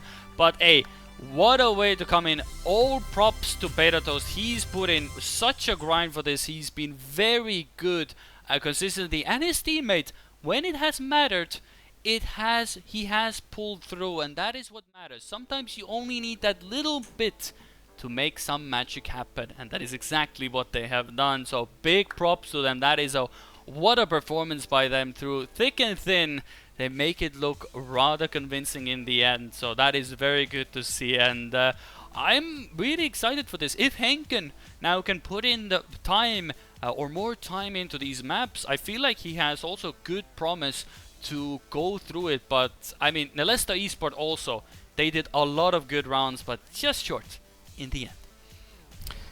Well said there. So they will move on into group number C. That is the group with Sprout, Antique, and Team Rex. Then we also had the winners of this last chance qualifier. They will move into wildcard group G. It will be Airwalkers, DXA, and Osurf, and then Robbers is in there as well. Those brackets will be played not at the same time. They will be in a flex schedule. I think the times will be announced on Twitter and also on Discord. And they will be played in a double elimination bracket. And then 2 teams will qualify for the wild card playoffs. And then 1 team, there will be a 1v1, I suppose. And 1 team out of that 1v1 will then qualify. So 8 teams will go through. And I think it will not be seed 1 from the group versus seed 2. I think they will be swapped around. But we have to take a look onto the rulebook step by step. Let's say like that. So who will qualify for the World Championship? Yeah, did I say World Cup at some point? Yeah. I hope I didn't say World Cup at some point. Well, I checked the DMs. You even said in the message there, I saw you said World Cup. So you even wrote guys, the wrong word. Listen, we do not talk about that. I try my best, okay? Again, I do not do that on purpose. I'm sorry, and I think you do not do that as well. We have to grow into that, and I did not took close consideration before that. I prefer I will get used to it. This is the last chance qualifier. Yeah. We have wild cards, playoffs. We have so much World Championship. There you go. We ended on the good word, and it's good stuff to come. I mean, we're looking forward to it. As you saw in the calendar, the expected times for these matches are between September 17 and October 9th, as you saw in the calendar. But it is the case that they have more freedom to schedule these matches. So you might see a stream pop up there, a stream pop up there of matches, because we have a lot of regions that are competing in this World Championships, and with the wild cards as well.